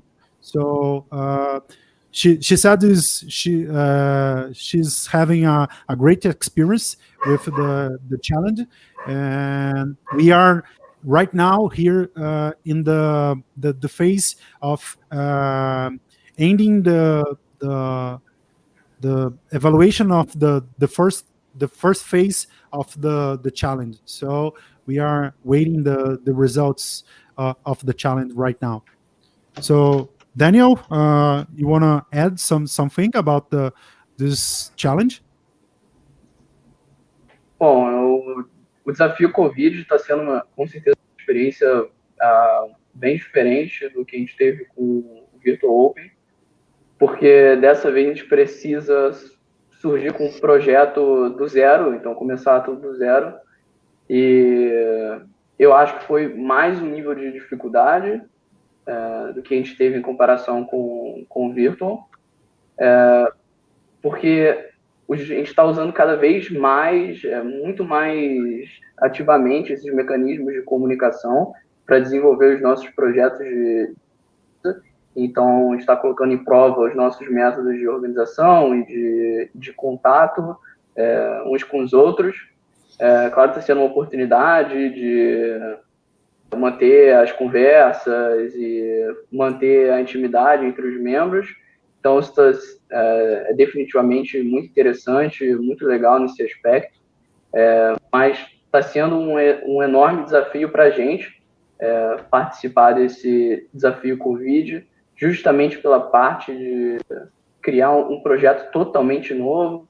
E eu acho que foi transportado bem esse senso de urgência, né, do Covid, porque justamente por causa do pouco tempo que a gente teve para elaborar toda a nossa organização, todo o nosso projeto.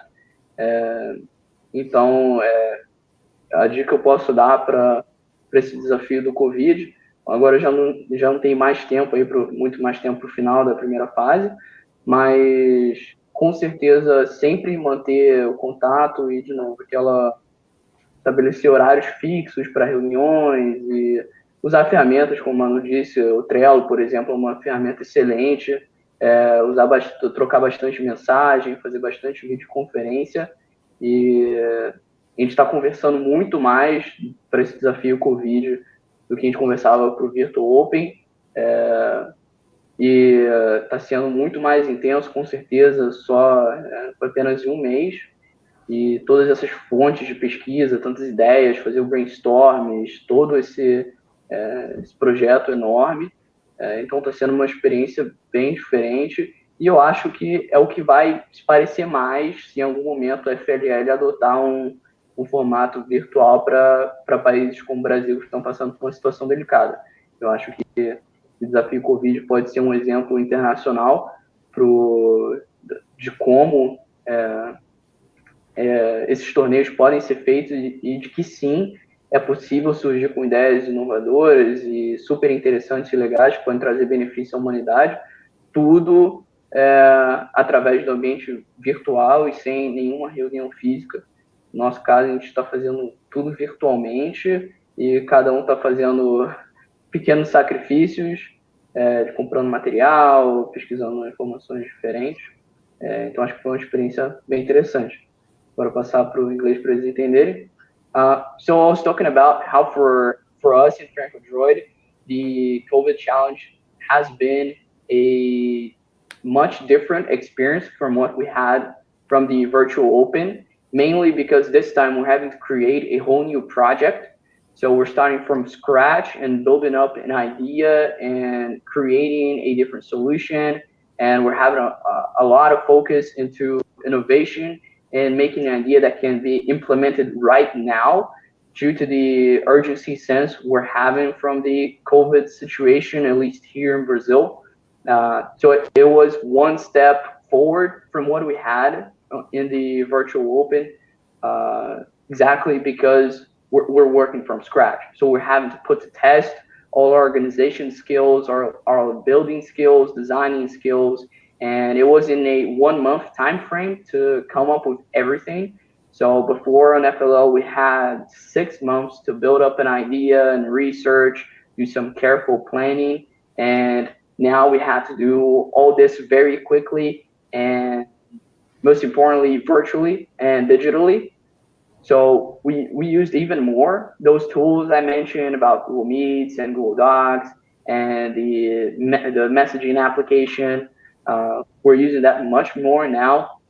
So it's definitely being interesting. And I said as well, this could be taken as an example to the international community that an FLL tournament can indeed be done virtually, at least for the innovation project aspect of it. It can indeed be done virtually, and teams can indeed come up with interesting and innovative, creative ideas for the good of humanity and to solve many problems and just keep up the FLL spirit.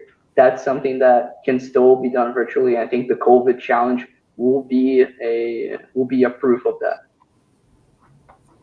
Só complementando, eu acho que algo que eu e o Daniel podemos passar muito para vocês é que participar disso tudo foi realmente uma experiência maravilhosa. Eu estava conversando um pouquinho com o Daniel ontem e a gente viu que tudo isso, principalmente o desafio Covid, veio para mostrar que desafios online, desafios virtuais são sim algo que dá para se trabalhar, não tudo é só presencialmente e que a gente tem que aprender sim a lidar com tudo isso, porque se isso demorar um pouco, né, para passar ainda, a gente vai ter que aprender a lidar cada vez mais, que é algo muito gratificante. Igual eu falei no Global mesmo, nossas apresentações eram ao vivo, nós tínhamos que ensaiar e os juízes estavam lá para a gente apresentar cara a cara, né?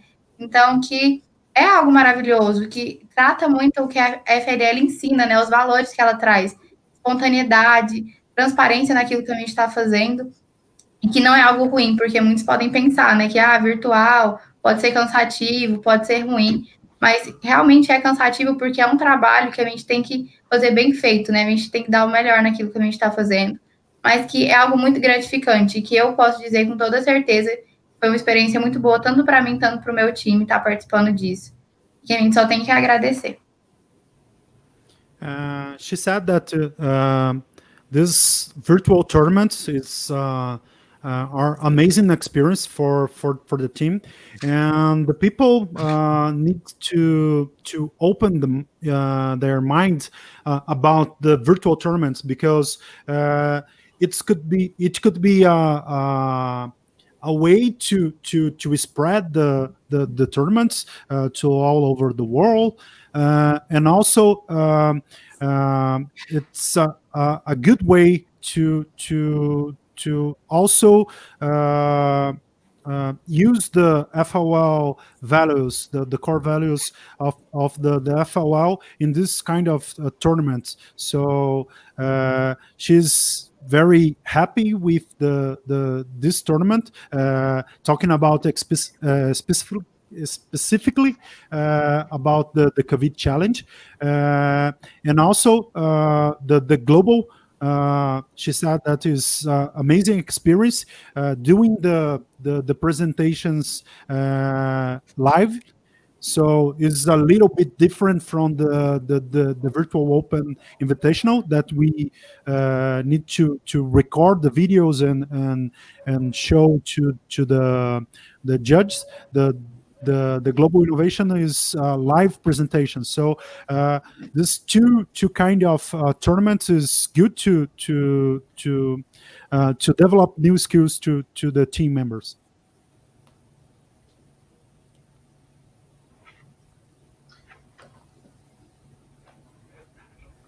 Check. Go ahead, Sanjay. Anyone who is watching this, feel free to ask any questions you want in the comments. We will answer them. I think we can even bring Lucas back, and if you have any questions about Spike Prime resource from part 1, we can do that too. I think, Lucas, you had a question. Yes, I have a question for you guys. I want to know what you think about Python programming for Spike and in FLL. I know there is some resources that are only available in Python right now. What do you think about it? Deixa eu só passar em português, galera. Eu perguntei para eles o que eles acham da programação em Python para o Spike. Tem alguns recursos que só estão acessíveis por enquanto no Python. Se eles acham que como que isso vai funcionar na FLL, se as equipes vão usar. I think that the MicroPython functionality is great for Spike Prime because it opens Spike Prime to an older audience and an audience who also wants more of a challenge than what the Scratch programming offers. The Python programming does include more functionality than the Scratch word block software, but that is the same with any text-based language over its graphical counterpart. We encourage teams, if they are up for a challenge, to look into Python. It is a great programming language. There are many resources out there to learn Python. There is also MicroPython for the EV3, but remember that it does require a little more work because you have to use an SD card and Visual Studio Code, but it is definitely still a viable option. But that being said, it is easier to use, definitely with the Spike Prime, and we do encourage it, and I think it is a great feature for First League Elite teams. Yes, So Sanjay. in Portuguese, just to summarize what Sanjay said, então ele disse, né, que assim, particularmente ele encoraja bastante, né, o pessoal a testar, a usar o Python. Obviamente, né, quando a gente fala Python, a gente está falando MicroPython. Tem algumas pequenas diferenças aí com relação a recursos que a gente tem, que é o que a gente tem disponível tanto no EV3 quanto no Spike. Ele falou, né, que no caso do Spike é bem mais direto, a gente já tem uma interface integrada que dá para programar direto em MicroPython lá, e está bem mais fácil de usar. No EV3, a gente precisa de um pouquinho mais de setup, então você vai ter que usar um cartão SD, vai ter que usar o Visual Studio Code, né, o VS Code, para programar, mas não é algo, né, por experiência própria, não é algo muito difícil de você fazer o setup disso aí, né? Até para o pessoal em português aí, eu estou já trabalhando já em alguns vídeos, já tá em processo de gravação e edição, isso daí, de como instalar tudo isso daí, como fazer, e também ensinando o pessoal a usar o Python, que, né, linguagens de programação por texto, elas são bastante poderosas, e no caso do Python, né, tem bastante recurso na internet, foi o que ele falou, para conseguir aprender. E ele recomenda bastante aí os times que tiverem interesse em se aventurar a programar em Python para tentar. So, Arvin? Yeah, I totally agree with what Sanjay said completely. I think that it adds an extra level of challenge for teams and people that are looking for it. And that I just wanted to say that you can do a lot of advanced programming with the Scratch programming as well. It adds a little bit of extra functionality if you want to use the Python, but a lot of the stuff that you can do, advanced programming techniques for First League can be done in both. And to add on to that, if you are a rookie team or even an experienced team, you don't have to feel inclined to use Python because it gives you some extra advantage, because it really doesn't. You can do, as Arvin said, quite a bit with the word block software. Also, especially if you're new to programming in general, the word block software is a great start because it is very intuitive. Python is a little bit more of a learning curve. But I also wanted to make one thing clear between the difference between the Spike and the EV3 is for the Spike, you can only program in MicroPython or word blocks, which is Scratch-based. However, for the EV3, there is the official EV3 lab, which is LabVIEW based, the currently Mac-only Scratch-based EV3 classroom, and an official Lego Education MicroPython software. But there are also third-party languages for the EV3, such as Java or C++. So if you want to program in a different language that is not Python or Scratch, you might want to consider using the EV3 for that. Okay. But definitely, so Então, o que o Arvin falou, e é de extrema importância falar isso daí, é que, assim, tem muita coisa, não é porque, para vocês não se sentirem inclinados aí a usar o Python ou alguma outra linguagem de programação para criar os programas aí para os robôs, para FLL, porque vocês conseguem desenvolver programas avançados utilizando os recursos de programação, as linguagens de bloco, linguagens visuais, tanto do EV3 quanto do Spike, né? É possível você ter programas bem avançados aí usando essa linguagem, e ela possui essas linguagens direto da Lego ali com blocos visuais, elas possuem uma curva de aprendizagem bem mais tranquila para você começar a fazer coisas, né? E no caso do Python mesmo, por mais que é uma linguagem simples, você precisa, né, se dedicar um pouquinho mais, aprender algumas estruturas para começar a programar. Então, não se sinta obrigado, né? O seu programa não vai ser melhor porque você está usando uma linguagem de texto. E aí o Sanjay ele colocou uma adição que, assim, oficialmente pela Lego, né, a gente tem o MicroPython, no Spike a gente tem apenas agora o MicroPython e a linguagem ali baseada no Scratch como linguagens de programação oficiais, e são as únicas que a gente tem.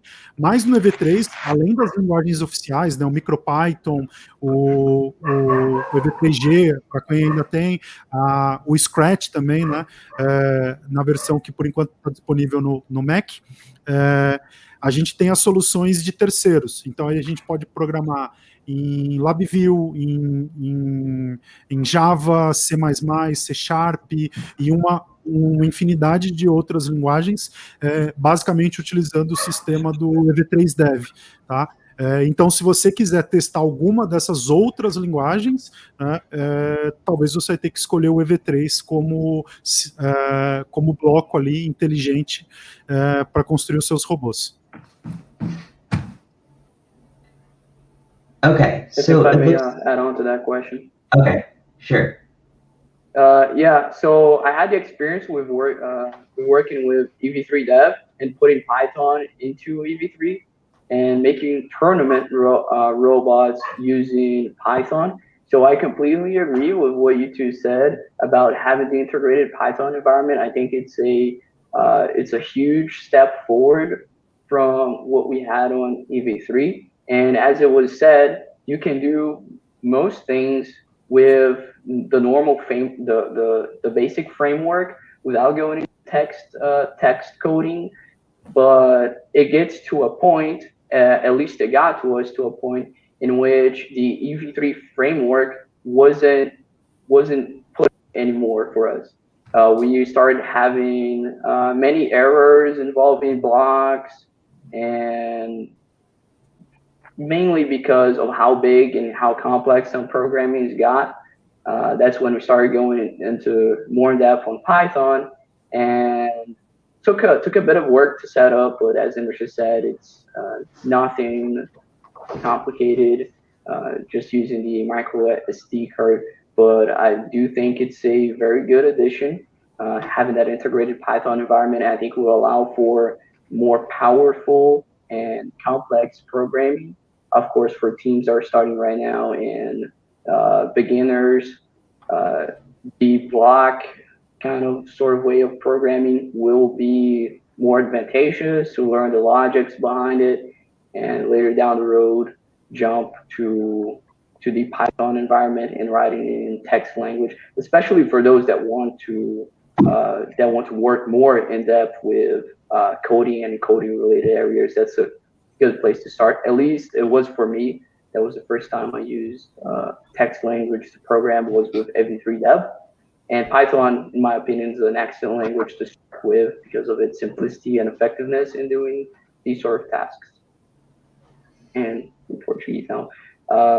Então, eu complementei um pouco aqui as respostas, dizendo que eu tive a experiência de usar a plataforma Python para o EV3, então acho que é um grande avanço ter o ambiente integrado com o Python na versão do Spike, justamente porque algumas coisas o framework básico não consegue sustentar em alguns códigos mais complicados e alguns programas, eu pelo menos tive vários problemas, mas isso foram programas que nem são usados na FLL, por exemplo, então que satisfaz bastante essa programação em bloco e a programação usando o Scratch, e não tenho certeza que não é 100% necessário você passar diretamente para a linguagem código do Python, mas que no meu caso eu consegui sim fazer robôs de competição usando o Web3 Dev com o ambiente do Python e o Visual Studio Code para isso. Funcionou muito bem, e então acho que ter esse ambiente já integrado sem o uso de um cartão USB é um avanço muito grande nesse quesito, e eu acho super vantagem para aqueles que querem avançar um pouco mais na programação e aprender um pouco mais sobre a linguagem escrita, sair um pouco da programação em blocos. Eu acho super interessante, então acho que esse tipo de pessoa pode sim tirar vantagem de um ambiente integrado. E o Python é uma linguagem excelente, pelo menos o que eu acho, para começar com a linguagem de textos, porque não tem tantos parâmetros de sintaxe, é uma linguagem bem mais direta e bem mais efetiva para aqueles que querem aprender, e tem muitos recursos disponíveis aí na internet. So we have a really good question from Asha in the chat. Yeah, this one. I think is at least for me, given an answer from a robot design judge. This is something that I need to explain to the teams, because there is no advantage using a test-based programming language. Instead, beside the fact of using a visual programming language. So if you create a program or for robot in FLL using Scratch or EV3G or anything else that you want to program, the most important thing is to create a streamline code with a good organization of the code, functions, and everything else.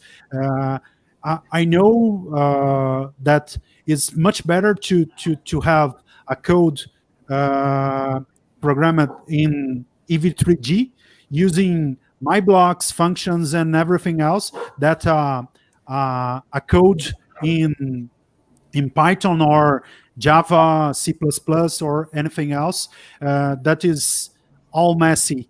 So I don't know. I think you two and the other guys have the same idea, right? Yes, there is one thing I want to add to that. No matter what language you use, you cannot always expect the judge to know that programming language. So you must, no matter what language you use, you need to be certain to explain all the details, how it works, and make it understandable to a judge who may not know Java or may not know Python or may even not be so familiar with the Scratch. And yeah, also adding on to what Anderson was saying is that if it's there, I guess Anderson can confirm this, but in my opinion, they're judging you based on the techniques that you are using, not the programming language that you are using. So if you do the same technique in Python, well, let's say you write a proportional line follower or something in Python, and then you write a proportional line follower in Scratch, one is not better than the other. Functionally, they're doing the exact same thing. So that's not really going to give you any sort of advantage by writing that in Python instead. Yeah, totally agree. So, em português, então, a pergunta que foi feita, e isso aqui é bastante importante, né, para os times brasileiros aí, é saber assim, então foi perguntado se utilizar, né, um MicroPython ou qualquer outra linguagem que o pessoal acha que é um pouco mais avançada do que as linguagens baseadas em código visual, né, em blocos, se isso é de alguma maneira melhor no processo de avaliação dos times de FLL. E aí o que eu quero deixar bem claro, né, dando uma visão clara de um juiz de design do robô, é que não importa, né, se você fez o código usando Scratch, usando Python, ou EV3G, ou qualquer outra coisa, o importante, né, é o que você fez e como você conseguiu explicar, né? O Sanjay também comentou isso daí, que é bem capaz de talvez você ir lá explicar um código que você fez para o juiz, e o juiz não sabe como programar em Java, em Python ou qualquer outra linguagem.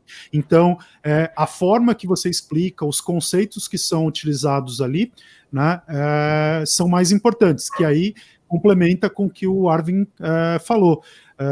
Então, se você utilizou um recurso de fazer um seguidor de linha proporcional derivativo ou alguma coisa do tipo, não importa se você fez isso usando Scratch ou se você fez isso usando Python, né, o importante é o conceito e a forma que você desenvolveu isso. Então, dando uma visão bem clara disso daí, o processo ele é muito mais importante do que a ferramenta que você utilizou, porque a gente, né, do meu ponto de vista, eu falo, a gente utiliza a ferramenta que a gente tem disponível. E aí tem uma frase que toda vez eu sou professor de programação na universidade, e aí meus alunos fatalmente me perguntam qual que é a melhor linguagem de programação que existe. E a minha resposta é muito clara e eu sempre acerto nela. Eu falo assim, a melhor linguagem de programação que existe é aquela que você domina. Então, não importa qual que você está utilizando, se você sabe usar ela bem, sabe criar bons códigos funcionais, bem estruturados, organizados com aquela linguagem, essa é a linguagem que você deve utilizar. Tá?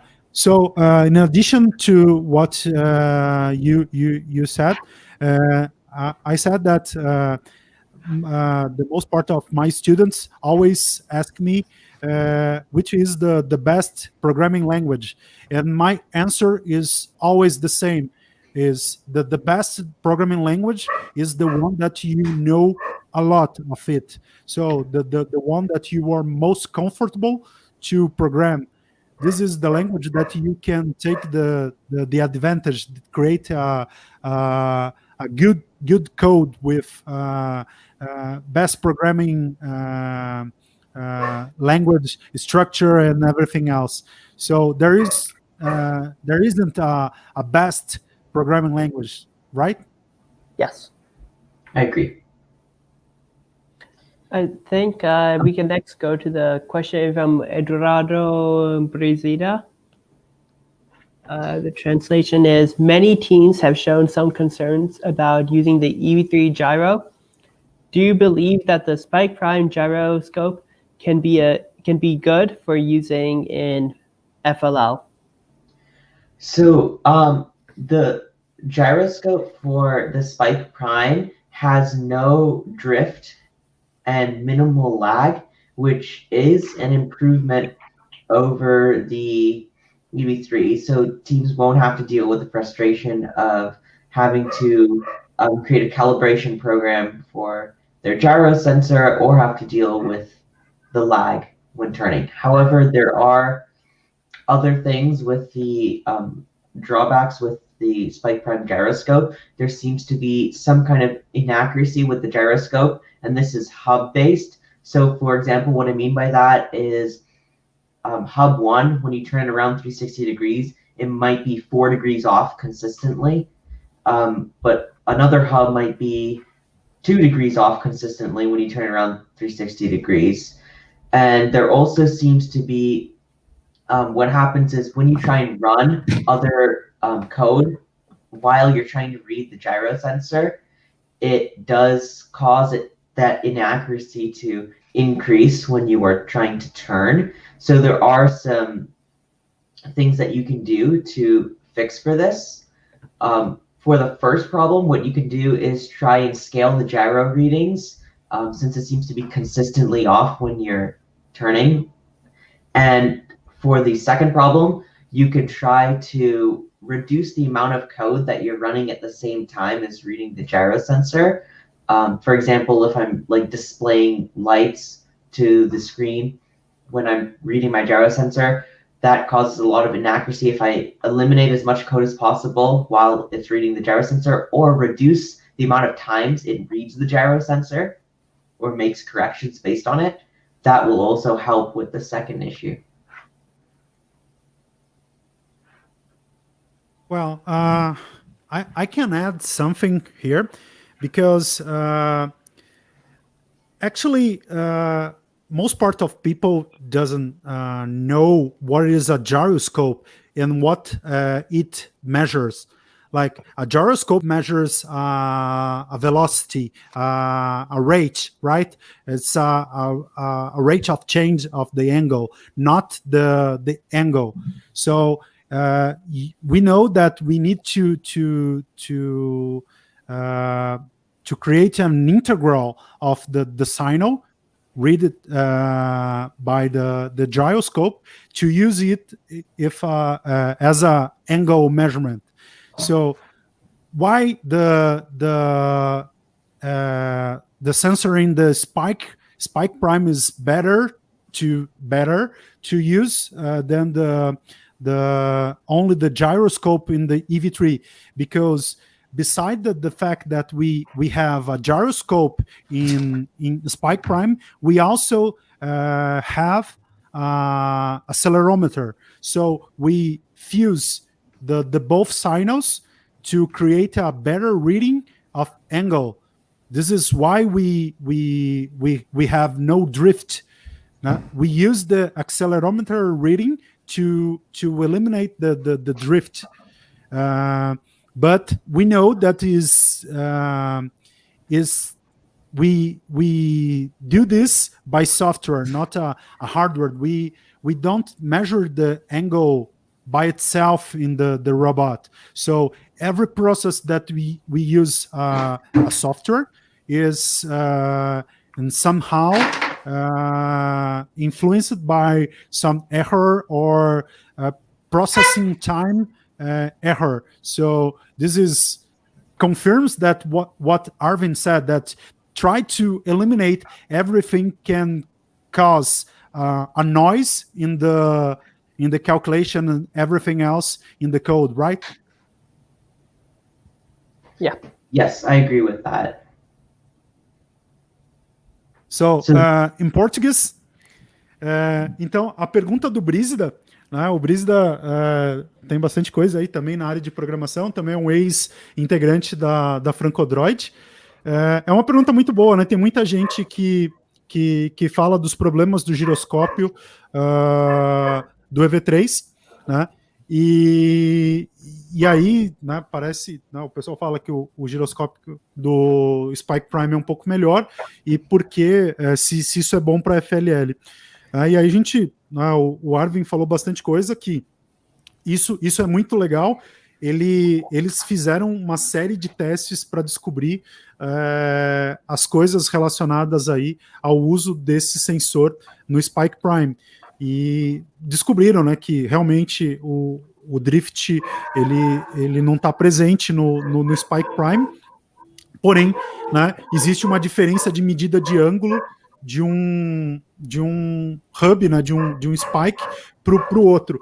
Isso devido a um pouco, a gente sabe internamente de como que isso é feito. Então, ele deu algumas dicas de como eliminar isso, então tentar tirar o máximo de outras coisas sendo feitas durante a leitura do ângulo, né, do giroscópio. E aí, uma das coisas que eu falei em adição a isso é que muita gente não sabe direito o que é um giroscópio, né? O que um giroscópio mede. Giroscópio, ele não mede ângulo, né? Por mais que a gente tenha no programa lá a possibilidade de medir um ângulo com ele, o giroscópio ele foi feito para medir a velocidade angular, né? Então a gente tem que fazer uma integral do sinal do giroscópio para poder medir o ângulo. E isso daí está sujeito ao erro, que o principal erro é o que a gente chama de drift. Por que no Spike Prime isso é bem menor ou quase não existente? Porque além do giroscópio a gente tem um acelerômetro, e o acelerômetro ele é utilizado para eliminar o drift que o giroscópio tem. Então, de tempos em tempos, ele zera esse erro do drift para a gente. Então, por isso que parece que a leitura é melhor. Só que todo esse processo, ele é medido por software. Tem um programa para fazer isso. Tem vários jeitos de fazer isso, né? Então, na faculdade, né, em controle, a gente estuda, ensina essas coisas. Então, por exemplo, poderia usar um negócio que a gente chama de filtro de Kalman para fazer isso, né? Mas não é o que é utilizado. Então, isso, né, por não utilizar isso, gera alguns erros que pode dar essa diferença de um spike para o outro spike, né? Então, esse é o motivo desse problema. So, any other question? Yes. I just one. Oops. Oh, there we go. Let's do this one first. Okay, sure. It is easy to imagine collaborating virtually on the project. Does your team have some ideas for how to work on robot building and programming remotely? Manu and Danielle, I'm going to let you answer this one. Well, for building the robot remotely, at least from my perspective, you will need to be with each other, or at least have someone that can manage all the Lego pieces and all the Lego parts and actually build it themselves. So this can be done if a person has the kit with them, or another person has access to the actual robotics lab. But we can, of course, minimize that time by projecting the robot using other softwares such as LDD, and have the robot already projected and ready to be built once you arrive on your lab and start building. You can also have a pre-planning on what will be happening with the robot. So again, talking to each other, setting up meetings to discuss what missions you're going to be doing, what's the strategy, a predefined strategy before you go in there and actually build a robot. This can minimize the time you are physically on your lab having to build it, and this way you transfer certain activities to the remote environment. Programming remotely is a very interesting thing as well. You can do sort of the same thing as I said with the robot, but I think it's a bit easier, of course, because you can always have the behavior of your robot remotely recorded and then passed on to you, or you could even have a live video feed on what your robot is doing and try to adjust it by that. But at least the basic idea and the basic skeleton of your programming and what you want to do can be done 100% remotely. That's possible. What's going to make it difficult, though, is all the testing required to pinpoint certain errors and increase your robot accuracy when doing certain missions and certain movements. I think this is something that would have to be done physically there on your lab, at least from my opinion, as I've passed overnight just improving the robot and increasing accuracy. You're always having to test and go over and over, and you adjust a small value, then another small value. So that aspect is very difficult to do remotely, but at least the overall idea of your program, that's something you could definitely do remotely, as well as the robot. And in Portuguese now. Bom, a pergunta ali é sobre ideias de como trabalhar na parte do robô e da programação de forma remota. Eu acho que para o robô é possível sim você ter certa parte remota, mas você com certeza vai precisar ter alguém na sala de robótica ou no seu laboratório construindo o robô com todas as peças de Lego e todos os componentes. Mas eu acho que boa parte disso pode ser minimizado através do LDD ou outras ferramentas de design. Então você pode ter seu robô pré-definido e isso minimiza muito o seu tempo no laboratório, o seu tempo de construção. Também uma ideia geral sobre quais ações você vai fazer, então já uma estratégia pré-definida para o robô. Também ter o diálogo entre todos os membros envolvidos na construção e na programação. Assim você consegue minimizar bastante a parte de construção presencial em um laboratório, né? Fora isso, Se for uma competição presencial, obviamente você vai ter que ter o robô físico, então isso uma hora ou outra precisa acontecer. Eu acho que o melhor que a gente pode fazer é minimizar esse tempo utilizando essas ferramentas. Para programação, você pode fazer algo parecido, tem um compartilhamento de códigos, obviamente, mas já um esqueleto, um planejamento de como o seu código vai estar organizado, como que ele vai ser feito, isso novamente, primordial para minimizar o seu trabalho e o tempo que você vai passar no laboratório fisicamente alterando o robô, mas que é outra área bem difícil de fazer 100% remoto, porque é preciso ajustar vários valores ao longo de competições. Então, eu, por exemplo, já fiquei madrugadas ajustando valor, aumentando a precisão do nosso robô. E isso foi tudo feito através de testes e mais testes, então manda uma vez, eu mando de novo, aí ajusta pequenos valores aqui, pequenos valores ali. Um jeito que você poderia ter de fazer isso, obviamente, é fazer uma live e você vai ajustar ao vivo ali com o feed em live do seu robô fazendo as missões na mesa. Mas fora isso eu não vejo outra possibilidade, a não ser a utilização dos recursos e minimizar ao máximo o tempo presencial no seu laboratório. I just wanted to say something really quickly. So you're mentioning LDD. LDD is actually not being supported anymore. So Sanjay and I recommend that you use Studio 2.0. It's basically very similar. It's CAD tool for building whatever you want, but Studio 2.0 is what we recommend using now. And it is built by Bricklink, so you can find it on the Bricklink site or simply go to stud.io in your browser. Então, o que o Arvin falou, isso é muito importante. A maioria dos times de FLL conhecem o LDD, né, que era o software que a Lego tinha para fazer desenho virtual, né, de criações com Lego, só que esse software ele não está sendo mais atualizado, então não recebe novas peças, nem nada. E aí, como sugestão para os times, começar a procurar o Studio, né?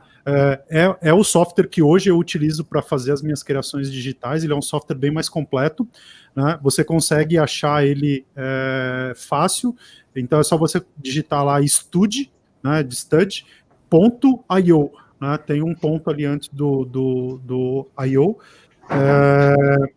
que ele é um software bem completo, então, e ele recebe atualizações da comunidade também. Então, todas as peças novas que saem da Lego, automaticamente já tem um pessoal que desenha e ele já está disponível para a gente poder utilizar. E aí dá para criar também build instructions bem fácil com o Studio, né? Bem maior qualidade do que a gente conseguia fazer com LDD. So guys.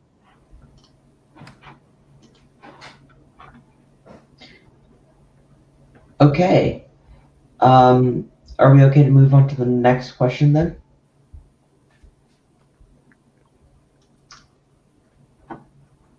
So what other first related events are we planning? I would probably, so the next thing that we're doing is we're going for the kickoff at 4 p.m. Eastern on the day of the kickoff on August 4th. We are going to be hosting with a Share and Learn community a kickoff event, a community kickoff event. And it's going to be on the First Updates Now Twitch channel, and it's going to be broadcast live. And there'll be Ask Me Anything panels with judges, volunteers, referees, and coaches. And then after that, we're going to be doing a series of webinars with different teams where you can learn about different aspects of First LEGO League, like project topics, strategy, stuff like that. And that's going to be every Saturday from August 8th all the way into September. Então, foi perguntado, né, quais são outros eventos que eles vão realizar relacionados aí a First. Então, De maneira geral, eles vão fazer vários eventos ali sobre a nova temporada, então começando no dia 4 de agosto, às 4 horas da tarde no horário deles, que isso no Brasil, a gente está 1 hora para frente, então seria 5 horas da tarde aqui. Eles vão fazer uma live, né, falando sobre a nova temporada, a temporada Replay. E depois disso, né, nos sábados, eles vão realizar aí vários webinars com times, falando um pouco sobre as experiências, compartilhando algumas ideias, né? Tudo isso aí vai ser compartilhado na comunidade do Facebook, Share and Learn. Também vai ter alguns eventos ali para perguntar qualquer coisa, né, para juízes, voluntários, técnicos, competidores, que eles vão fazer. Então, deixa eu só perguntar se a melhor maneira é pela comunidade, pelo Share and Learn, ou também pelos canais dele. So, guys, what do you think is the best way to get notice of this all these webinars, events, the live sessions? So I think the Droids Robotics YouTube channel will be a good one to be subscribed, right? Yes, it's all the webinars post the kickoff will be put on our Droids Robotics YouTube channel. Another way to stay up to date with the webinars and the kickoff also is to join the FLL Challenge Share and Learn community page on Facebook. All information will be shared there also. Então, só para falar para vocês, foi aquilo mesmo que eu já tinha comentado. Vai ser tudo transmitido nesse canal deles, né, do Droids Robotics. Então, né, para quem não é inscrito aí, se inscrevam. Né? E aí também a comunidade que a gente tem no Facebook é uma boa comunidade ali para compartilhar, né, ideias, soluções, que é FLL, aí esse ano a gente tem divisões novas, né, FLL Challenge, Share and Learn. Ali o pessoal compartilha bastante coisa, não só eles, mas toda a comunidade sobre tudo relacionado ao FLL. Okay. Are there any other questions that we missed?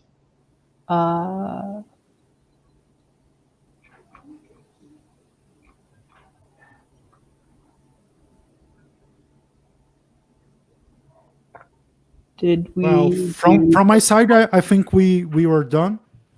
Did we do this one? No, not this one. Right. What is your impression about the replay match? Do Daniel and Manu want to say something about this? I don't have much to say about it, honestly. I think all we can say is that we're very excited to see the new challenge this coming week after kickoff and all that. And we will have our kickoff, as Iron said. Stay tuned to that on the Share and Learn community page and or First Updates Now Twitch channel. Manu, você quer falar alguma coisa sobre as suas impressões sobre o tapete novo da temporada Replay? Sim, há uns dias atrás, né, eu pude ver as imagens do tapete. Nosso time está muito ansioso pela chegada dele, porque já está bem pertinho, né, o lançamento da temporada agora. E a gente achou ele muito bonito. Realmente tem cores que chamam muita atenção. É algo que chama muita atenção e dá vontade de trabalhar com aquilo, né? Ansiedade é a palavra que está definindo muita gente para a chegada dele, porque toda vez que chega o tapete, a gente realmente vê que a temporada está ali, que a emoção começou totalmente. E a gente só espera que possa ocorrer tudo bem essa temporada, né? Independente de ser virtual ou ser presencialmente, mas que a gente espera bons resultados do nosso robô, da nossa pesquisa, do nosso core values também. E é isso, a gente espera poder trabalhar muito bem com tudo isso e que dê tudo certo. So she said that she's very excited with the new match. She loves the color, the parts, the pieces in the match. So I think everybody loves the pieces, right? Yeah. It's a good resource of new parts, the new Spike Prime pieces, and also in new colors, right? And she is very excited with the new mat because she said that every time she receives a new mat, she knows that the season is on live. She can start building the robot, doing the research, practicing the car values. So she doesn't know what will be this new season, if it will go online or on site. She doesn't know, but she's very excited with this new season.